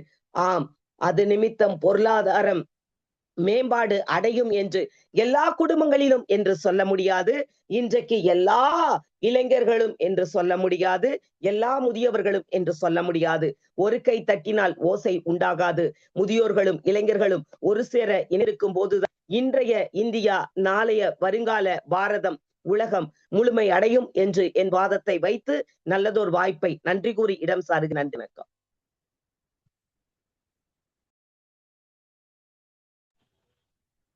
இளைஞர்கள் இருக்கக்கூடிய சமூகம் அதுதான் எதிர்காலத்துல ஒரு நாட்டை வழி நடத்துது, இளைஞர்கள் தான் வழி நடத்துறாங்க என்று அழகாக தன்னுடைய உரையை கூறினார். ஒரு அருமையான கருத்தை சொன்னார்கள். முதியவர்கள் பலவற்றை கூறுகிறார்கள். இப்படி இருக்கணும், அப்படி இருக்கணும், அதை சீனது நம்முடைய பண்பாடு, நம்முடைய மரபு, இதை விட்டுடக்கூடாது, இப்படி நிறைய விடயங்களை சொல்லுகிறார்கள். ஆனால் இளையவர்கள் அதை இந்த காரிலே வாங்கி வைத்துக் கொள்கிறார்கள், செயல்பாட்டிலே அதை காட்டுகிறார்கள். அம்மாவுடைய வாதமே விட்டான். அம்மாவுடைய வாதத்தினுடைய சாராம்சம் என்னன்னு பார்த்தா எனக்கு புரிஞ்சது. முதியவர்கள் சொல்லுகிறார்கள், இளையவர்கள் தான் அந்த மரபையும் பண்பாட்டையும் கடைபிடித்து வாழ்ந்து காட்டுகிறார்கள். இப்போ ஆசிரியர் பாடம் நடத்துறார், சிறப்பா இல்லையா? ரொம்ப சிறப்பு. ரொம்ப சிறப்பா ஆசிரியர் பாடம் நடத்தினாதான் அந்த மாணவன் அந்த பாடத்தை புரிந்து கொள்ள முடியும். அந்த மாணவன் புரிந்து கொண்டால், இவர் ஆசிரியர் பாடம் நடத்துவதால் ஒன்றும் விளைந்து விட போவது, அவர் பாடம் நடத்துகிறார், அதை புரிந்து கொள்கிறார். புரிந்து கொள்வதால் மட்டுமல்ல, அவன் அதை தேர்வில் எழுதி வெற்றி பெற்று மதிப்பெண் வாங்க வேண்டும். அப்ப அதுக்குதான் அந்த ஆசிரியர் பாடம் நடத்துறார். அப்ப ஆசிரியர் பாடம் நடத்துகிறார், அந்த மாணவனை புரிந்து கொண்டு அவன் எழுதி தேர்வு வெற்றி பெறுகிறானே, அந்த செயலை இளைஞர், அதாவது என்ன சொல்றாங்க, ஆசிரியர்கள் முதியவர்கள், மாணவர்கள் இளைஞர்கள் என்னதான் நீங்க பாடம் நடத்தினாலும் அதை உள்வாங்கி கொண்டு செயல்படுத்தி காட்டுபவர்கள் அந்த இளைஞர்கள் தான் மாணவர்களை போன்றவர்கள் என்று அழகாக தன்னுடைய வாதத்தை நெறியாக வைத்திருக்கிறார் திருமதி நல்லாசிரியர் விருது பெற்ற திருமதி கோலத்தா, முனைவர் பட்டம் பெற்றவர். அருமையாக ஒரு முனைந்து வந்து இங்கே இந்த வாதத்தை வைத்து சிறப்பித்திருக்கிறார் இந்த அணியினுடைய நிறைவு பேச்சாளராக. இப்போது பட்டிமன்ற மரபுப்படி அணியினுடைய தலைவர் பேசி தன்னுடைய அணியினுடைய கருத்துக்களை நிறைவு செய்ய வேண்டிய நேரம். அந்த வகையிலே இப்போது வந்து தனது அணியினுடைய கருத்துக்களை கூறுவதற்காக, இளையோர்களே என்ற அணியினுடைய கருத்துக்களை கூறுவதற்காக வருகை புரிகிறார்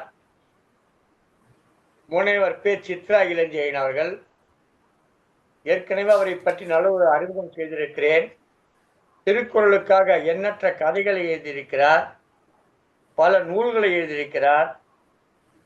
சற்றேறக்குறை 5க்கும் மேற்பட்ட இந்த நாட்டுக்கு தேவையான நூல்களை எழுதியிருக்கிறார். நிறைய பேர் எழுதியிருப்பாங்க, இவங்க அப்படி இல்லை. நாட்டுக்கு தேவையான நூல்கள் 5 நூல்களை எழுதி கொடுத்தவர், எழுதி இந்த நாட்டுக்கு, இந்த சமூகத்திற்கு வழங்கி இருப்பவர் முனைவர் பே. சித்ரா இளஞ்செழியன். அவர் தனது அணியினுடைய நிறைவு கருத்துக்களை சுருக்கமாக ஒரு 3 நிமிடத்தில் பேசி முடிக்க வேண்டும் என்று கேட்டுக்கொள்கிறேன். வாருங்கள் அம்மா.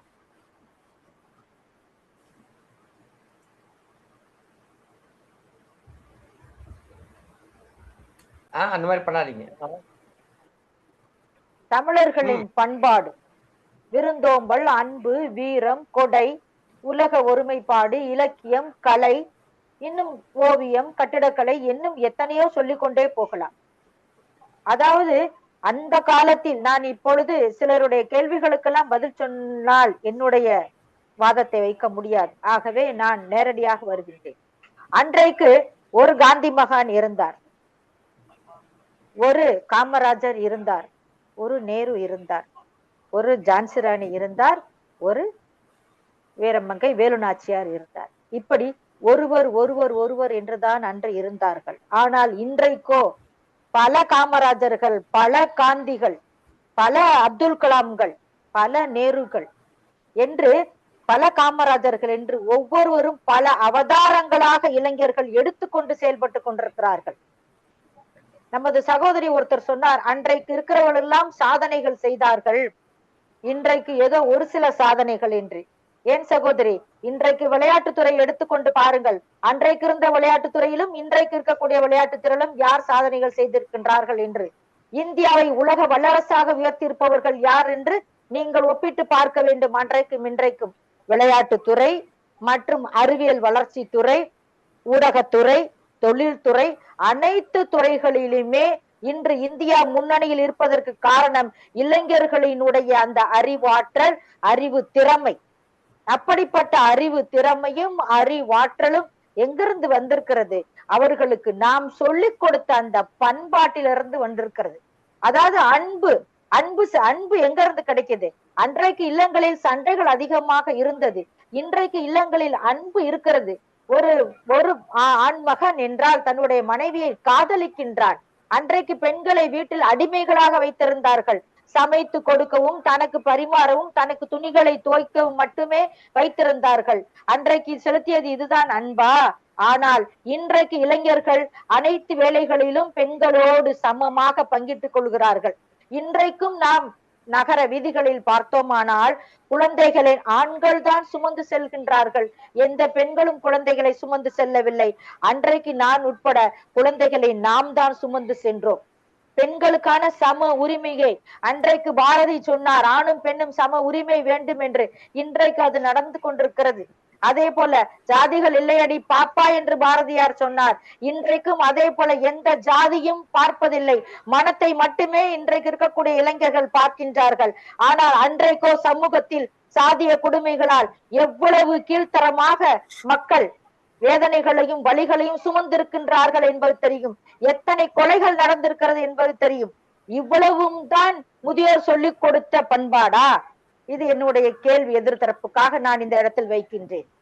அடுத்ததாக, எங்கு ரத்தம் வேண்டுமானாலும் கொடுப்பது முதியோர்களா? கொடைதானம், ரத்த கொடைதானம் செய்வது யார்? இளைஞர்களே. அப்ப அவர்களுடைய ஈகை திறம் இங்கு வெளிப்படுகிறது. அவர்களை ஒரு முதியோரை அழைத்து செல்வது, கொண்டு போய் விடுவது என்றால் அது செல்ஃபி எடுப்பதற்காக மட்டும்தான் என்று சொன்னார்கள். செல்ஃபி எடுத்து வலைத்தளங்களில் பரப்புவது எதற்காக தெரியுமா? விளம்பரத்துக்காக அல்ல. என்னை போல நீயும் செயல்படு, நான் இன்றைக்கு ஒரு நல்ல செயலை செய்திருக்கிறேன் தோழா, தோழி, என்னை போல நீயும் ஒருவருக்கு உதவி செய் என்று அவன் இந்த செல்ஃபி படம் மூலமாக உணர்த்துகிறான். நாம் நல்லதை நினைக்க வேண்டும். நாம் ஏன் எதிர்மறையாக சிந்திக்க வேண்டும்? நேர்மறையாக சிந்திப்போமே. அவன் அவனுடைய நண்பர்களுக்கு நான் இது போல செய்திருக்கிறேன் என்று சொல்லுவதில் என்ன தவறு இருக்கிறது? இன்றைக்கு ஒருத்தர் ஒரு உதவி செய்து விட்டால் ஒரே நாம் சொல்வதில்லையா, நான் செய்திருக்கிறேன் என்று? ஒரு முதியோர் கூட சொல்வதில்லையா நாம் செய்திருக்கிறேன் என்று? அப்போ இளைஞர்கள் சொல்வதில் என்ன தவறு இருக்கிறது? ஏன் இளைஞர்கள் மட்டும் குற்றமான பார்வையோடு ஏன் பார்க்க வேண்டும் என்பது என்னுடைய கேள்வி. அதே போல கூட்டு குடும்பம். ஆமாம், அன்றைக்கு கூட்டு குடும்பம், 5 குழந்தைகள், 6 குழந்தைகள், 8 குழந்தைகள் குடும்பத்தில் இருந்தார்கள். அவர்களுக்கு என்று ஒரு பெரிய வீடு இருக்கும், அனைவரும் ஒற்றுமையாக இருந்தார்கள். இன்றைக்கு அந்த குடும்பங்கள் எல்லாமே சிறிய வீடாக மாறிவிட்டது. ஒருவருக்கு ஒரு குழந்தை, இல்லை என்றால் 2 குழந்தை, இப்படித்தான் இருக்கிறது, சுருங்கி விட்டது. அப்ப அந்த குடும்பத்திற்கு ஏற்ற போலதான் அவர்களுடைய வாழ்க்கையும் மாறிக்கொண்டே இருக்கிறது. இதில் ஒன்றும் தவறு இல்லையே. அடுத்தது மருமக, நாங்க மருமகளா இருக்கும்போது சமைச்சோம், இப்ப இருக்க மருமகளா சமைக்கல அப்படின்னு சொல்றீங்க. விட்டு கொடுத்தாதாங்க நமக்கு சோறு கிடைக்கும். விட்டு கொடுக்கல வீம்பா நீங்க நீ சமைச்சிருன்னு படுத்துக்கிட்டீங்கன்னா அவங்களுக்கு எல்லாம் இன்னைக்கு அப்படி ஒண்ணும் இல்லைங்க. அன்றைய காலகட்டம் இதற்கும் பண்பாடுக்கும் எந்த இதுவும் இல்லை. வேலை செய்யறதுக்கும் பண்பாடுக்கும் என்னங்க சம்பந்தம் இருக்குது? ஒண்ணுமே இல்ல. வேலை செய்யறது அன்னைக்கு உங்களால முடிஞ்சிச்சு, நீங்க வீட்டுல இருந்தீங்க, சமைச்சிங்க, வேலை செஞ்சீங்க. இன்னைக்கு பணம் வேணும், நல்ல சமூகத்துல நல்ல கார்ல போகணும், மருமக சம்பாதிக்கணும், மருமக வெளிநாடு போகணும்னு நினைக்கிறோம், என் மருமக அங்க இருக்கான்னு பெருமையா சொல்லிக்கிறோம். அப்புறம் எப்படிங்க மருமக சமைச்சு போடுவாங்க நம்ம எதிர்பார்க்க முடியும்? அப்போ எல்லாவற்றையும் சலுகைகளும் அனுபவிக்கின்ற நாம் இதையும் நம்ம விட்டு கொடுத்தாங்க போகணும். அப்பதான் குடும்பம் நல்லா இருக்கும். இந்த மாதிரி ஒவ்வொன்னா நம்ம பண்ணிட்டு நம்ம செய்துட்டே இருக்கணும். இன்னைக்கும் பாத்தீங்கன்னு சொன்னா ஒரு கல்யாணம்னு எடுத்துக்கிறீங்களேன், அன்றைக்கு பார்த்தோம்னு சொன்னா இந்த ஒற்றுமை அந்த கல்யாணங்களில் இல்லை. இன்றைக்கு எடுத்துக்கிட்டீங்கன்னா அந்த குடும்ப ஒற்றுமைக்காகவே ஆண்கள் அனைவரும் ஒரே மாதிரி கலர் சட்டைகளும் வேஷ்டிகளும், பெண்கள் ஒரே சேலைகளும், இவர்களெல்லாம் இந்த கல்யாண குடும்பத்தை சேர்ந்தவர்கள் என்ற ஒற்றுமை என்ற பண்பாட்டை காட்டிக் கொண்டிருக்கிறார்களே. எப்படி இதையெல்லாம் புகுத்தியவர்கள் யார்? இளைஞர்கள் தானே. இன்றைக்கும் பொங்கல் என்று வந்துவிட்டால் ஒரு வயசு குழந்தைக்கு கூட வேஷ்டி சட்டை, அதுல இருந்து அவங்க பெரியவங்க வரைக்கும் தன்னுடைய குழந்தைகளுக்கு போட்டு அழகு பாக்குறாங்களே. இந்த பாரம்பரியத்தை விட்டுட்டாங்களா? இன்றைக்கு எல்லா சுடிதார்ல இருந்து பாவாடை தாவணிகளுக்கு திருப்பி கொண்டிருக்கிறார்கள். எல்லா கல்லூரிகளிலுமே இன்றைக்கு பொங்கல் விழா வைத்து, பொங்கல் பானை வைத்து அவர்கள் எல்லாம் புடவை கட்டி அவர்கள் அத்துணை பேரும் பாரம்பரிய அந்த பண்பாட்டை நம்முடைய பொங்கலை நடத்துகிறார்களே. இதுவெல்லாம் ஆன்மீகம் இல்லை என்று சொன்னார்கள். ஐயப்ப பக்தர்களில் எத்தனை முதியோர்கள் அங்கு சென்று கொண்டிருக்கிறார்கள். நீங்கள் எல்லாம் தொலைக்காட்சி பெட்டியை பார்த்தீர்களானால் தெரியும். அங்கு இருப்பவர்கள் அத்துணை பேரும் இளைஞர்கள் தான். தலையிலே இருமுடியை சுமந்து கொண்டு ஐயப்பா என்று கோஷம் போட்டுக் கொண்டிருக்கிறார்கள். அத்தனை பேரும் இளைஞர்கள் தான். இளைஞர்களுக்கு ஆன்மீகம் இல்லையா? ஆகவே இன்றைய பண்பாட்டை பேணி காப்பது இளைஞர்களே என்று நடுவர் நல்ல தீர்ப்பை வழங்க வேண்டும் என்று கேட்டுக்கொண்டு என்னுடைய வாதத்தை நிறைவு செய்கிறேன். நன்றி, வணக்கம். நல்ல தீர்ப்பை வழங்க வேண்டும் என்று கேட்டுக்கொண்டு இளைஞர் அணியின் சார்பில் பேசிய சித்த இளைஞரியன் மிரட்டிவிட்டு சென்றிருக்கிறார். அடுத்ததாக முதியோர்களே என்ற அணியின் சார்பில் தனது கருத்துக்களை முன்வைத்து இந்த பட்டிமண்டபத்தினுடைய நிறைவு பேச்சாளராக நம்மோடு இணையவிருக்கிறார் கவிஞர் திலகம் இரா சந்திரசேகரன் அவர்கள். வாருங்கள் ஐயா, உங்கள் கருத்துக்களை தாருங்கள். வணக்கம். எதிரணி தலைவர் சொன்னார், எல்லாம் இந்த தமிழர் பண்பாடு வளப்படுத்துவதற்காக இளைஞர்கள் எல்லாம் நன்றாக செயல்படுகிறார்கள் என்று. நீங்கள் பார்த்தீர்களானால் பல இளைஞர்கள் கைபேசியிலேயே காலம் கழித்துக் கொள்கிறார்கள், அரைக்குறை ஆடை அணிகிறார்கள். இதெல்லாம் தமிழ் பண்பாடா? இது வளப்படுத்தும் எண்ணமா? இது நான் என்ன சொல்றேன்னா, அத்தனை இளைஞர்களையும் பற்றி சொல்லவில்லை. இது குறைந்து கொண்டே வருகிறது. அந்த காலத்தை எடுத்துக்கொண்டு பார்த்தோமானால் மேற்கத்திய பண்பாடு இங்கு வந்து கொண்டிருக்கிறது, தமிழர் பண்பாடு குறைந்து கொண்டிருக்கிறது என்பது இந்த ஆடையிலிருந்து தெரிகிறது.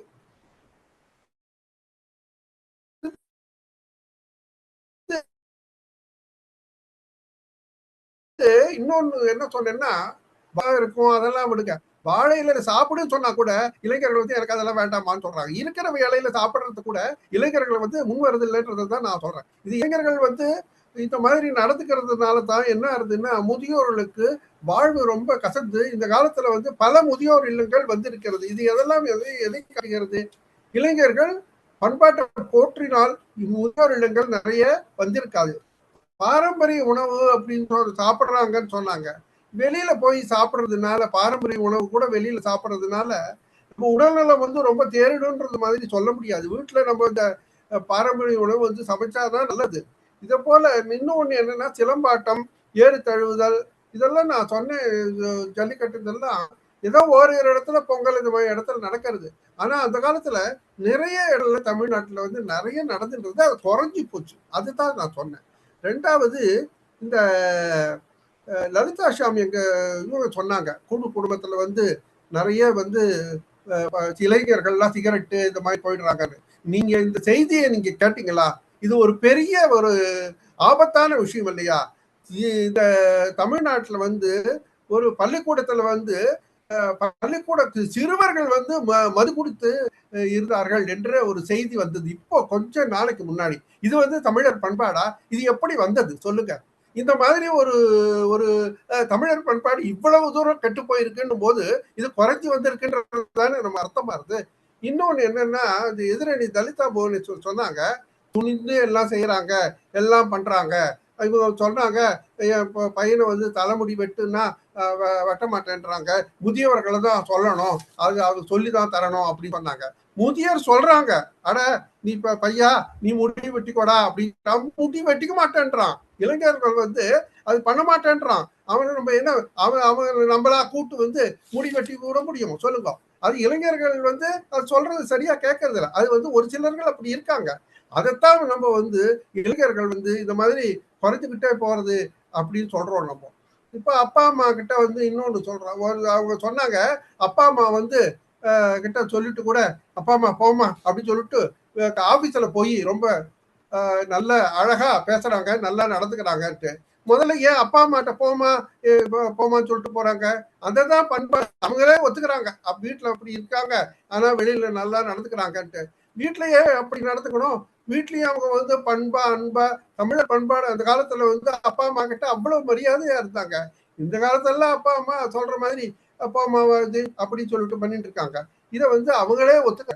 அந்த மாதிரி இருக்கிறது தான் நம்ம வந்து இளைஞர்கள் வந்து தமிழ் பண்பாட்டை போற்றுவதில்லை என்று தெரிகிறது.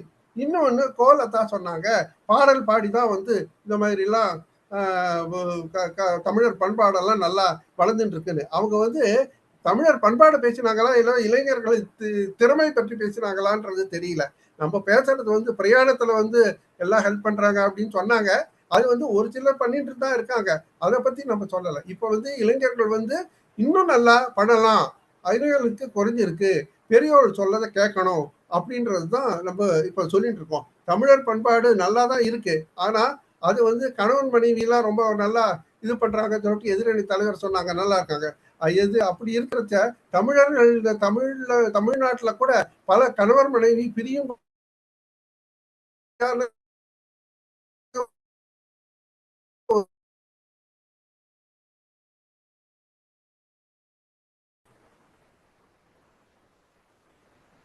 சிறப்பாக தங்களுடைய அணியினுடைய வாதங்கள் எல்லாம் எடுத்து வைத்து அதையெல்லாம் கோர்வைப்படுத்தி இரண்டு அணியினுடைய வாதங்களும் இரண்டு அணி தலைவருடைய வாதங்களும் மிகச் சிறப்பாக முன்வைக்கப்பட்டன. பட்டிமன்றத்துடைய தலைப்பு என்னன்னு சொன்னா, திருப்பி அங்கேயே போற, அங்கதான் போறாங்க, வேற எங்க போறது? தமிழர் பண்பாட்டை போற்றுவது முதுமை காலத்திலா இளமை காலத்திலா, முதியோர்களா இளைஞர்களா? ஒரு மனிதன் ஏற்று சொன்னது போல இளைவனா இருக்கா முதியவன் ஆகிறான், இன்னைக்கு இளைஞனா இருக்க நாளைக்கு முதியவன் ஆக போறான். என் கேள்வி என்னன்னா, வயசான காலத்துல அதை பத்தி அதிகமா அக்கறை எடுத்துக்கிட்டு செயல்படுறானா இல்ல இளமை காலத்துல அதிகமா அக்கறை எடுத்துக்கிட்டு செயல்படுறானா? இதுதான் இந்த பட்டிமன்றத்தில் வைக்கப்பட்டிருக்கூடிய கேள்வி. அந்த கேள்வியை புரிந்து கொண்டு பேச வேண்டும். அந்த வகையில மிக அருமையாக பேசினார்கள். முதியவர்களே என்ற அணியின் சார்பில் தங்களுடைய வாதத்தை தொடங்கி வைத்தவர்கள் மிகச்சிறப்பாக தங்களுடைய வாதங்களை முன்வைத்துக் கொண்டே சென்றார்கள். ஒன்றிரண்டு அல்ல, பலவற்றை எடுத்து முன்வைத்து தங்களுடைய அணிக்கான வலு சேர்த்தார்கள். தலைமுறை தாண்டி முதியவர்களுடைய கருத்துக்கள் மின்னி பறிச்சிடுகின்றன. ஆனால் இளையவர்கள் அப்படி அல்ல, ஏதோ வந்தாலும் சொல்றாங்க போறாங்க அப்படின்றதுதான் இந்த முதியோருடைய வாதங்களாக மிகச்சிறப்பாக முன்வைக்கப்பட்டது. கோலம் போட தெரியலீங்க. தமிழுடைய பண்பாடுன்னு சொன்னா கோலம் போடுவது. மார்கழி மாதத்துல அந்த காலத்துல பாத்தீங்கன்னா முதியோர்கள் அருமையா கோலம் போடுவாங்க. ஆனா இப்ப கோலம் போடுறது இல்ல, இளைஞர்கள் இப்போதான் அந்த பண்பாட்டை கடைபிடிப்பதில்ல, கோலம் போட தெரியல. அதே மாதிரி உடை கலாச்சாரம், நம்முடைய பண்பாட்டு உடை கலாச்சாரத்தை இப்போதைக்குடைய இளைய சமுதாயம் எழுந்து கொண்டே வருகிறது என்று மிக அற்புதமாக கருத்துக்களை எடுத்து வைத்தார்கள். அதே மாதிரி புகைப்பிடித்தல், அது எவ்வளவு ஒரு தவறான ஒரு செயல்பாடு. அது செய்யறதே தப்பு. அது இளைய சமுதாயம் அதிகமா செய்யுது. அதை ஒரு ஒரு என்ன சொல்ற ஒரு ஸ்டைலா நினைக்குது. அதை ஒரு செயல்பாடா வச்சுக்குது. மது அருந்துதல், புகைப்பிடித்தல், தவறான செயல்பாடுகள் ஈடுபடுவது, இதெல்லாம் வந்து இளைய சமுதாயத்தை பாதிக்குது. இன்றைக்கு போதை கலாச்சாரம் அது யாரை பாதிச்சிருக்குது? இளைஞர்கள் தான் பாதிச்சிருக்குது என்பதாக மிக அற்புதமான தங்களுடைய வாதங்களை முன்வைத்து இளைஞர்கள் எந்த விதமான வகையிலும் பண்பாட்டு கலாச்சாரத்தை கடைபிடிக்க மாட்டேன்றாங்க அப்படின்லாம் இவங்களுடைய வாதங்கள்லாம் வைத்திருந்தது. செல்ஃபி எடுக்கிறதுல செலுத்துற கவனத்தை, செல்ஃபி எடுப்பதில் செலுத்துகிற கவனத்தை நம்முடைய செந்தமிழ் மரபுகளை காப்பதில் அவர்கள் பின்பற்றவில்லை என்று சொன்னார்கள். வாழ்க்கையை தனித்தனியா வாழறாங்க. கூட்டு வாழ்க்கைன்றதே சுத்தமா இல்லை. ஒரு சாதாரண ஒரு திருமணமானவங்க மனைவி சாப்பாடு போட்டா அந்த சாப்பாட்டை ரசிக்கிறதும் கிடையாது. மனைவி போடுகிற உணவை மதிப்பதும் கிடையாது.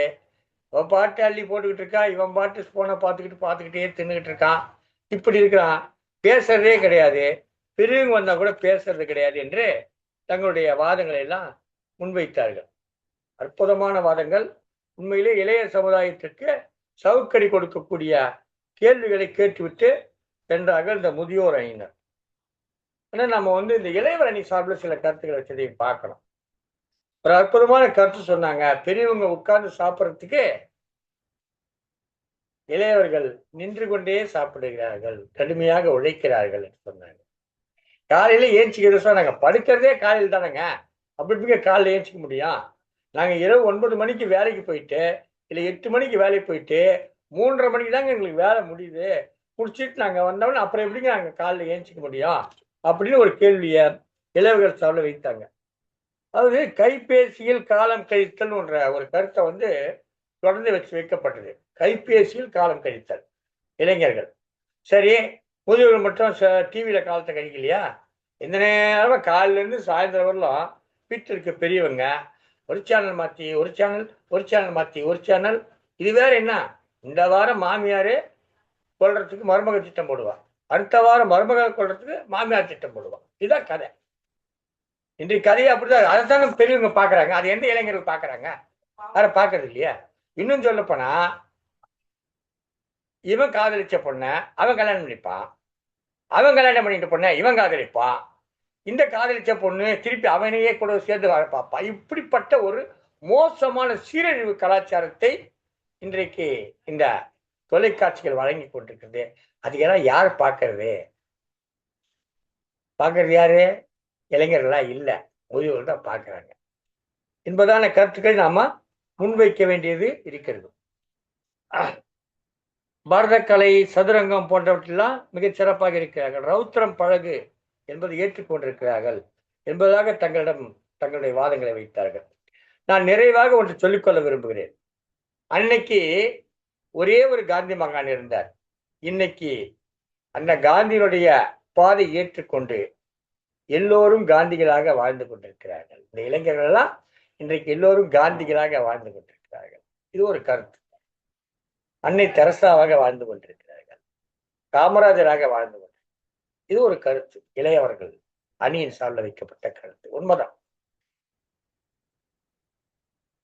தன்னை வெளிப்படுத்திக் கொள்ளாமல், தான் இதை செய்கிறோம் என்று வெளிப்படுத்திக் கொள்ளாமல் செயல்பாட்டிலே காட்டக்கூடியவர்கள் இளைஞர்களாக இருக்க, இதான் அவங்களுடைய வாதம். எனக்கு ஒரு விடயத்தை இந்த இடத்துல ரெண்டே செய்தியை சொல்லி இந்த பட்டிமன்றத்தை நிறைவு செய்ய விரும்புகிறேன். நான் ஏற்கனவே சொல்லிட்டேன், முதியோர்கள் தான் இளைஞர்களா இருந்தோம், இளைஞர்கள் தான் முதியோர்களாக போறோம் சொல்லிட்டேன். இப்போ நான் ஒரு சின்ன செய்தியை சொல்றேன்.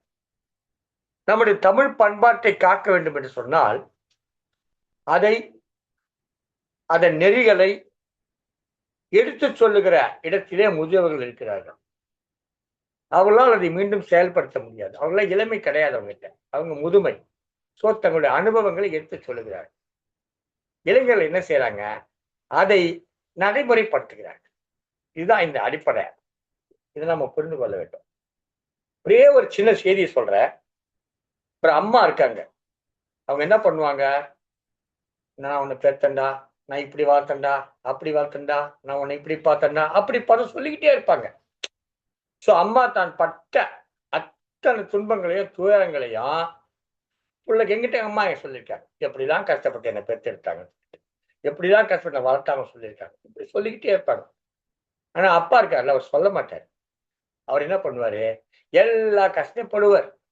அத்தனை அவமானங்களை வெளியே பட்டு விட்டு அது எதையுமே வீட்டுக்கு கொண்டு சேர்க்காமல், தன் குடும்பத்துக்கு சேர்க்காமல், அத்தனை அவமானம் தனக்குள் வைத்துக் கொண்டு அதனுடைய அந்த உழைப்பினுடைய பலன்களை மட்டும் கொண்டு வந்து குடும்பத்துக்கு கொடுத்து விடுவார். இதுல இந்த முதியவர்களுக்காக அவங்க செஞ்சாங்க, அம்மா மாதிரி செஞ்சாங்க, ஆனா சொல்லிக்கிட்டே இருப்பாங்க. இந்த இளையவர்கள் இருக்காங்களா, அவங்க அப்பா மாதிரி அவங்களும் செய்வாங்க, ஆனா சொல்லவே மாட்டாங்க, செஞ்சுட்டு போயிட்டே இருப்பாங்க. அவ்வளவுதான். எப்ப சொல்லுவாங்கன்னா, இவங்க முதியவர்கள் ஆகிற போது சொல்லுவாங்க, நான் இப்படிலாம் கஷ்டப்பட்டு தான் இந்த இடத்துக்கு வந்தேன், இவ்வளவு துன்பப்பட்டு தான் நான் அந்த இடத்தை அடைஞ்சேன் என்பதை எப்ப சொல்லுவாங்க, அப்துல் கலாம் மாதிரி ஆகிற பொழுது இளைஞர்களுக்கு சொல்லுவார்கள். அதை கேட்கிற இளைஞர்கள் அப்துல் கலாமாக மாறுவார்கள். அப்துல் கலாம் தன்னுடைய 18வது வயசுல சொல்ல முடியுமா? முடியாது. ஏன்னா அவர் அந்த உயரத்தை எட்டி பிடிக்கல. அந்த உயரத்தை எட்டி பிடிக்கிற போது ஒரு முதியவர் ஆயிடுறார்.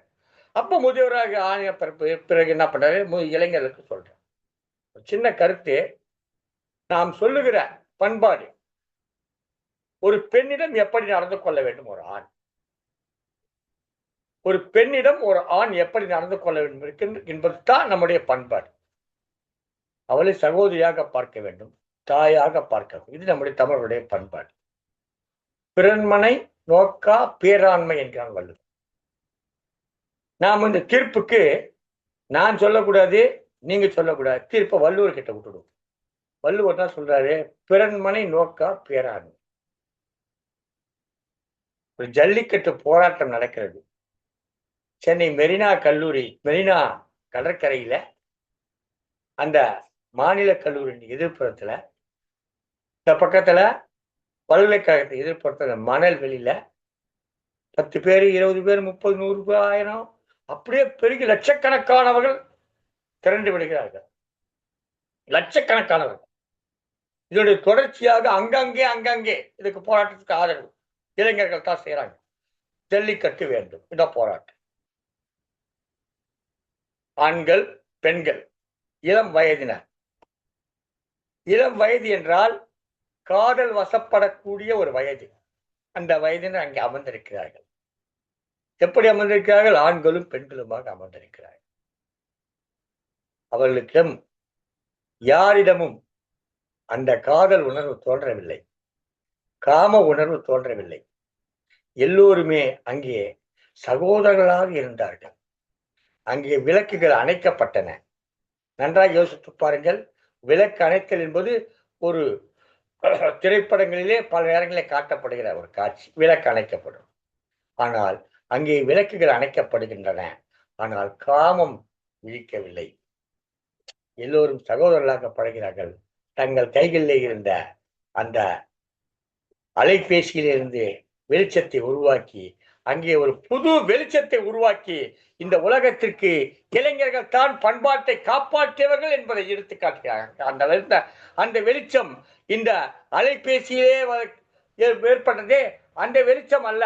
அவர்கள் அடித்த அந்த டார்ச் வெளிச்சம் அலைபேசியிலிருந்து வந்த வெளிச்சம் அல்ல, அவருடைய இதயத்திலே இருந்து வந்த பண்பாட்டின் வெளிச்சம் என்பதை நாம் புரிந்து கொள்ள வேண்டும். இந்த 2 விடயங்களை வைத்து பார்க்கிற பொழுது இளைஞர்கள் பண்பாட்டுடைய கூறாக இருக்கக்கூடிய, மிக நுட்பமான கூறாக இருக்கக்கூடிய நாம் அனைவரும் சகோதர சகோதரிகள். இந்த இடத்திலே நாம் போராளிகள். நாம் போராடுவதற்கு வந்திருக்கிறோம். நம்மிடம் மற்ற உணர்வுகள் எதுவும் கிடையாது. நம்மிடம் இருக்கக்கூடிய ஒரே உணர்வு ஜல்லிக்கட்டு மீண்டும் வர வேண்டும் என்கிற ஒரே உணர்வு தான், அந்த போராட்ட உணர்வு தான் என்பதை எடுத்து காட்டி நமக்கு வெளிச்சம் போட்டு காட்டினார்களே. அந்த ஒளியின், அந்த தொலைபேசி டார்ச் வெளிச்சம் இருக்கிறதே, அந்த ஒளியிலிருந்து சொல்லுகிறேன், இளைஞர்கள் தான் 1000 முதியவர்கள் சொன்னாலும், 1000 முதியவர்கள் பேசினாலும் அந்த கட்டுப்பாடுகளை எல்லாம் மீறிவிட வேண்டும் என்கிற, மீறிவிட வாய்ப்பு இருக்கக்கூடிய அந்த வயதினர், இளம் வயதினர் அதை மீறாமல் இருக்கிறார்களே, அவர்கள் பண்பாட்டை காப்பாற்ற அதான் முக்கியம். தள்ளாத வயசுல, எதுவும் இல்லாத வயசுல, எல்லாம் முடிந்து போன வயதுல நீங்கள் பண்பாட்டை காப்பாற்றி ஒன்றும் ஆகப் போவதில்லை.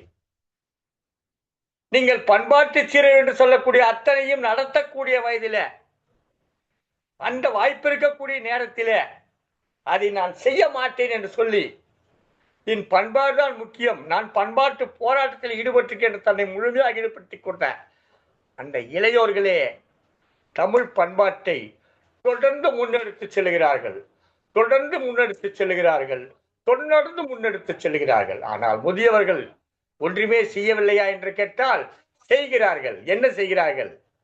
இந்த இளைஞர்களை வழி நடத்துகிறார்கள். எனவே அவர் வழி நடத்துகிறார்கள். வழி நடத்தினால் மட்டும் போதாது. படையே சென்று போரிடு, எதிரிகளை வீழ்த்து என்று தலைவன் சொன்னால் மட்டும் போதாது. படை சென்று போராட வேண்டும், எதிரிகளை வீழ்த்தியாக வேண்டும். அப்போதுதான் வெற்றி. அந்த படையினருக்கு எப்படி ஒரு படை தளபதி கட்டளையிடுகிறானோ, அந்த கட்டளையிடுகிற இடத்திலே முதியவர்கள் இருந்து தங்களுடைய நம்முடைய பண்பாட்டை சிறப்புகளை நாம் எடுத்து சொல்லுகிறார்கள். இவர்கள் அதை செய்கிறார்கள். எனவே செயல்பாடுதான் வெற்றி. சொல்லுவது வெற்றி, ஆனால் அதை செயல்படுத்த வேண்டும். செயல்படுத்தவில்லை என்றால் வெற்றி கிடைக்காது அல்லவா? அந்த வகையிலே பார்த்தால் இளைஞர்களே இளைஞர்களே இளைஞர்களே நம்முடைய பண்பாட்டை ஒவ்வொரு காலகட்டத்திலும் முன்னெடுத்து சென்று கொண்டே இருக்கிறார்கள். அவர்கள் செய்கிறார்கள். செய்த அனுபவத்தை ஏற்றுக்கொண்டால் பிறகு முதியவர்களாகிறார்கள். முதியவர்களான உடனே தங்கள் பட்ட அனுபவத்தை, அறிவை, அனுபவத்தை எல்லாம் எடுத்து அடுத்த தலைமுறைக்கு சொல்கிறார்கள். மீண்டும் இளைஞர் தொடர்ந்து இதுபோல் நான் ஏற்கனவே சொன்னேன், 20,000 ஆண்டுகளுக்கு முன்பிருந்து நம்முடைய பண்பாட்டை பற்றி சொன்னேனே, நம்முடைய வாழ்நிலையை பற்றி சொன்னேனே, அந்த அடிப்படையை பார்க்கிற பொழுது இத்தனை 1000 ஆண்டு காலமாக முதியவர்கள் சொல்லிக் கொண்டே இருக்கிறார்கள். அதை இளைய சமுதாயம் கையில் எடுத்து வழிநடத்தி அதை முன்னிறுத்தி தங்களுடைய வாழ்வை அமைத்து ஒரு எடுத்துக்காட்டாக விளங்கி மீண்டும் மீண்டும் மீண்டும் மீண்டும் அந்த தமிழ் பண்பாடு இந்த அளவு தொடர்ந்து வருவதற்கு காரணமாக இளைஞர்கள் இருக்கிறார்கள் சொல்லி இந்த பட்டிமன்றத்தை நிறைவு செய்கிறேன். நன்றி, வணக்கம்.